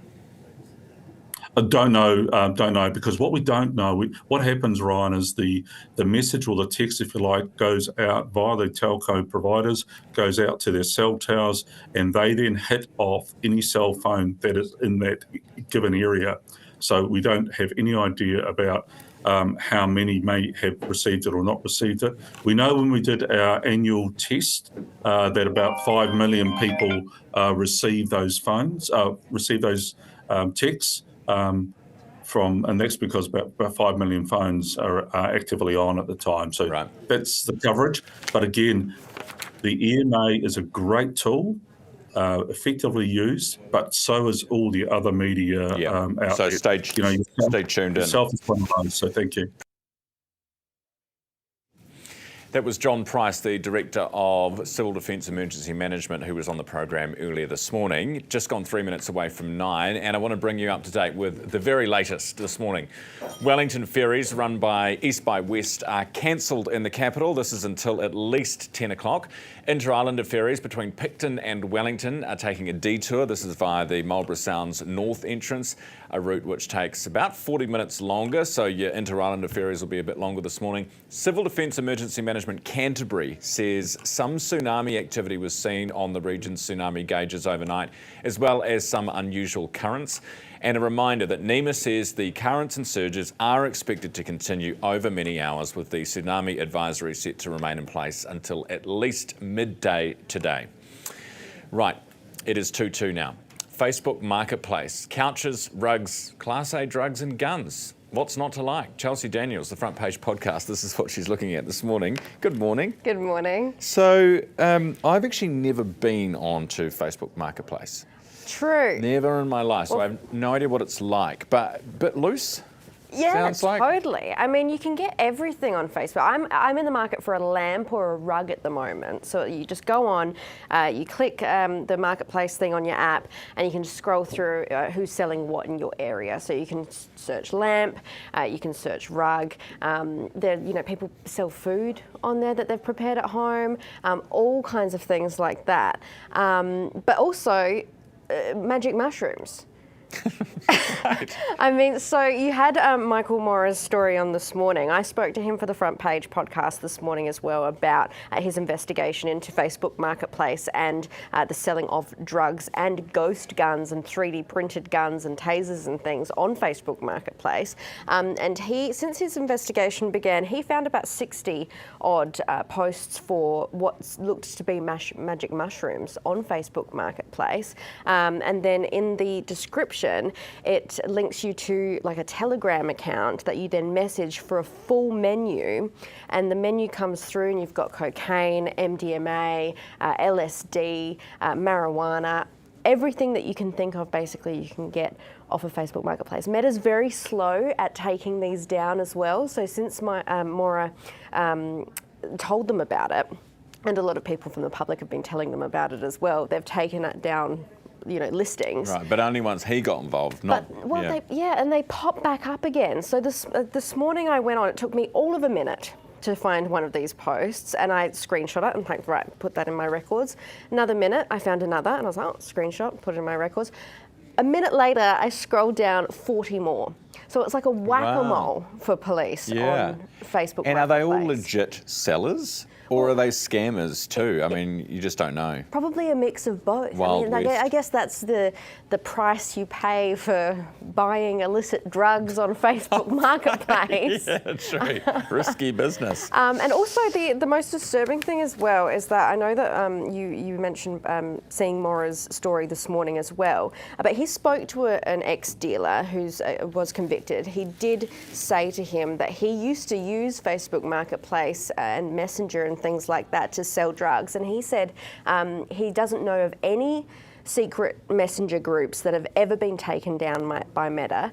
His account was never taken down by Meta, who owns Facebook, obviously, even though his profile picture had drugs in it.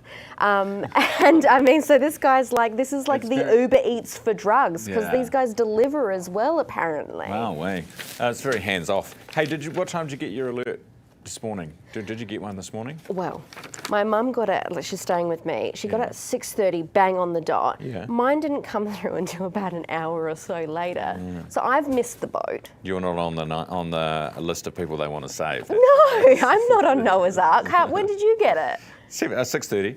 6, okay, well, you're safe. 6:30, yeah. No, definitely. You'll have to let me know. I'm be amongst the where first. The evacuation point is. Yeah, I'll send you a text next time I get an alert. Thank you. Thank you, Chelsea. Good to see you, Chelsea Daniels, Front Page podcast. Ryan, neither my partner or myself, this is from Mary, received the civil defence warning last night, even though our phones were on and within range. A family member who lives half a kilometre away did receive the warning. Not sure what the logic is here. Maybe the different cell phone towers. Fortunately, we weren't washed away. Love the show. Great to have you back. Blah, blah. Mary. Thank you, Mary. Adrian in Devonport says, my wife has had 6 alerts so far. So your wife is obviously very important to the government. I've had 1, says Adrian. They obviously want to save her. Her life is worth more. Yeah, well, clearly it is. 2 minutes after 9, we're a little late to news. Here's Neva. Herald Now News. Powered by Newstalk ZB. Officials say the tsunami threat to New Zealand is likely to remain in force until at least midday, following yesterday's 8.8 magnitude quake near Russia. Strong surges, unusual currents and unpredictable surges are possible. Chile, Easter Island and Colombia also remain under warnings, following earlier strong waves in parts of Russia, Japan, Hawaii and California. NEMA's John Price says people need to be careful as tsunami waves can be unpredictable. He says any catchment where water is likely to surge through, like marinas, harbours and estuaries, is a potential area of concern. Regional airlines could be in trouble as the cost of flying to and from every New Zealand airport rises. Airways, which runs our air traffic control, are upping fees for commercial airlines by an average of 17.7% over the next 3 years. It's acknowledged the aviation industry is still recovering from the COVID-19 pandemic. Air Chatham's Chief Executive Dwayne Emini told Ryan Bridge regional airline Sounds Air is due to cut some services and will sell 5 planes. I can assure you that all regional airlines, including ourselves, are looking at similar things. So it's just not going to work long term.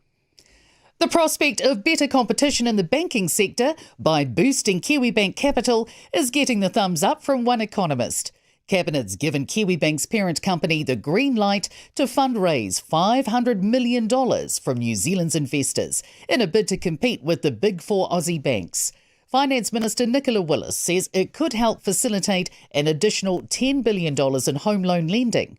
Bagri Economics Managing Director Cameron Bagri says more competition is a win for consumers, and he says this move has the potential to turn the dial a little, and while it's not a game changer, it will help.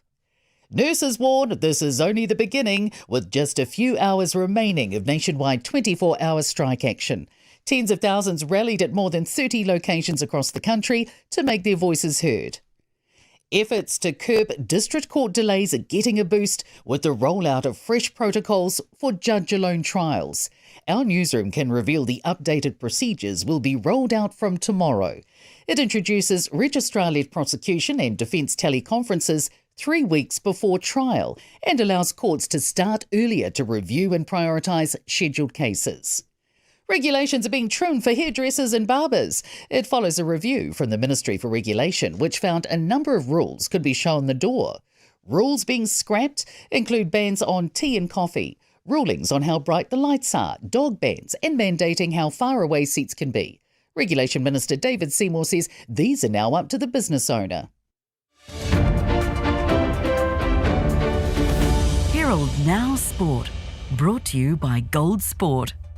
Lewis Clearbert has made tonight's final of the 200-metre medley at the Swimming World Championships in Singapore after a semi-final in which Leon Marchand broke the world record.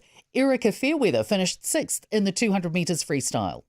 New Zealand have dismissed Zimbabwe for 149 on the opening day of the first cricket test in Bulawayo. They are now 92 without loss in reply. England captain Ben Stokes will miss the 5th test against India starting tonight due to a right shoulder injury. Herald Now Weather, brought to you by You Do It Kitchens.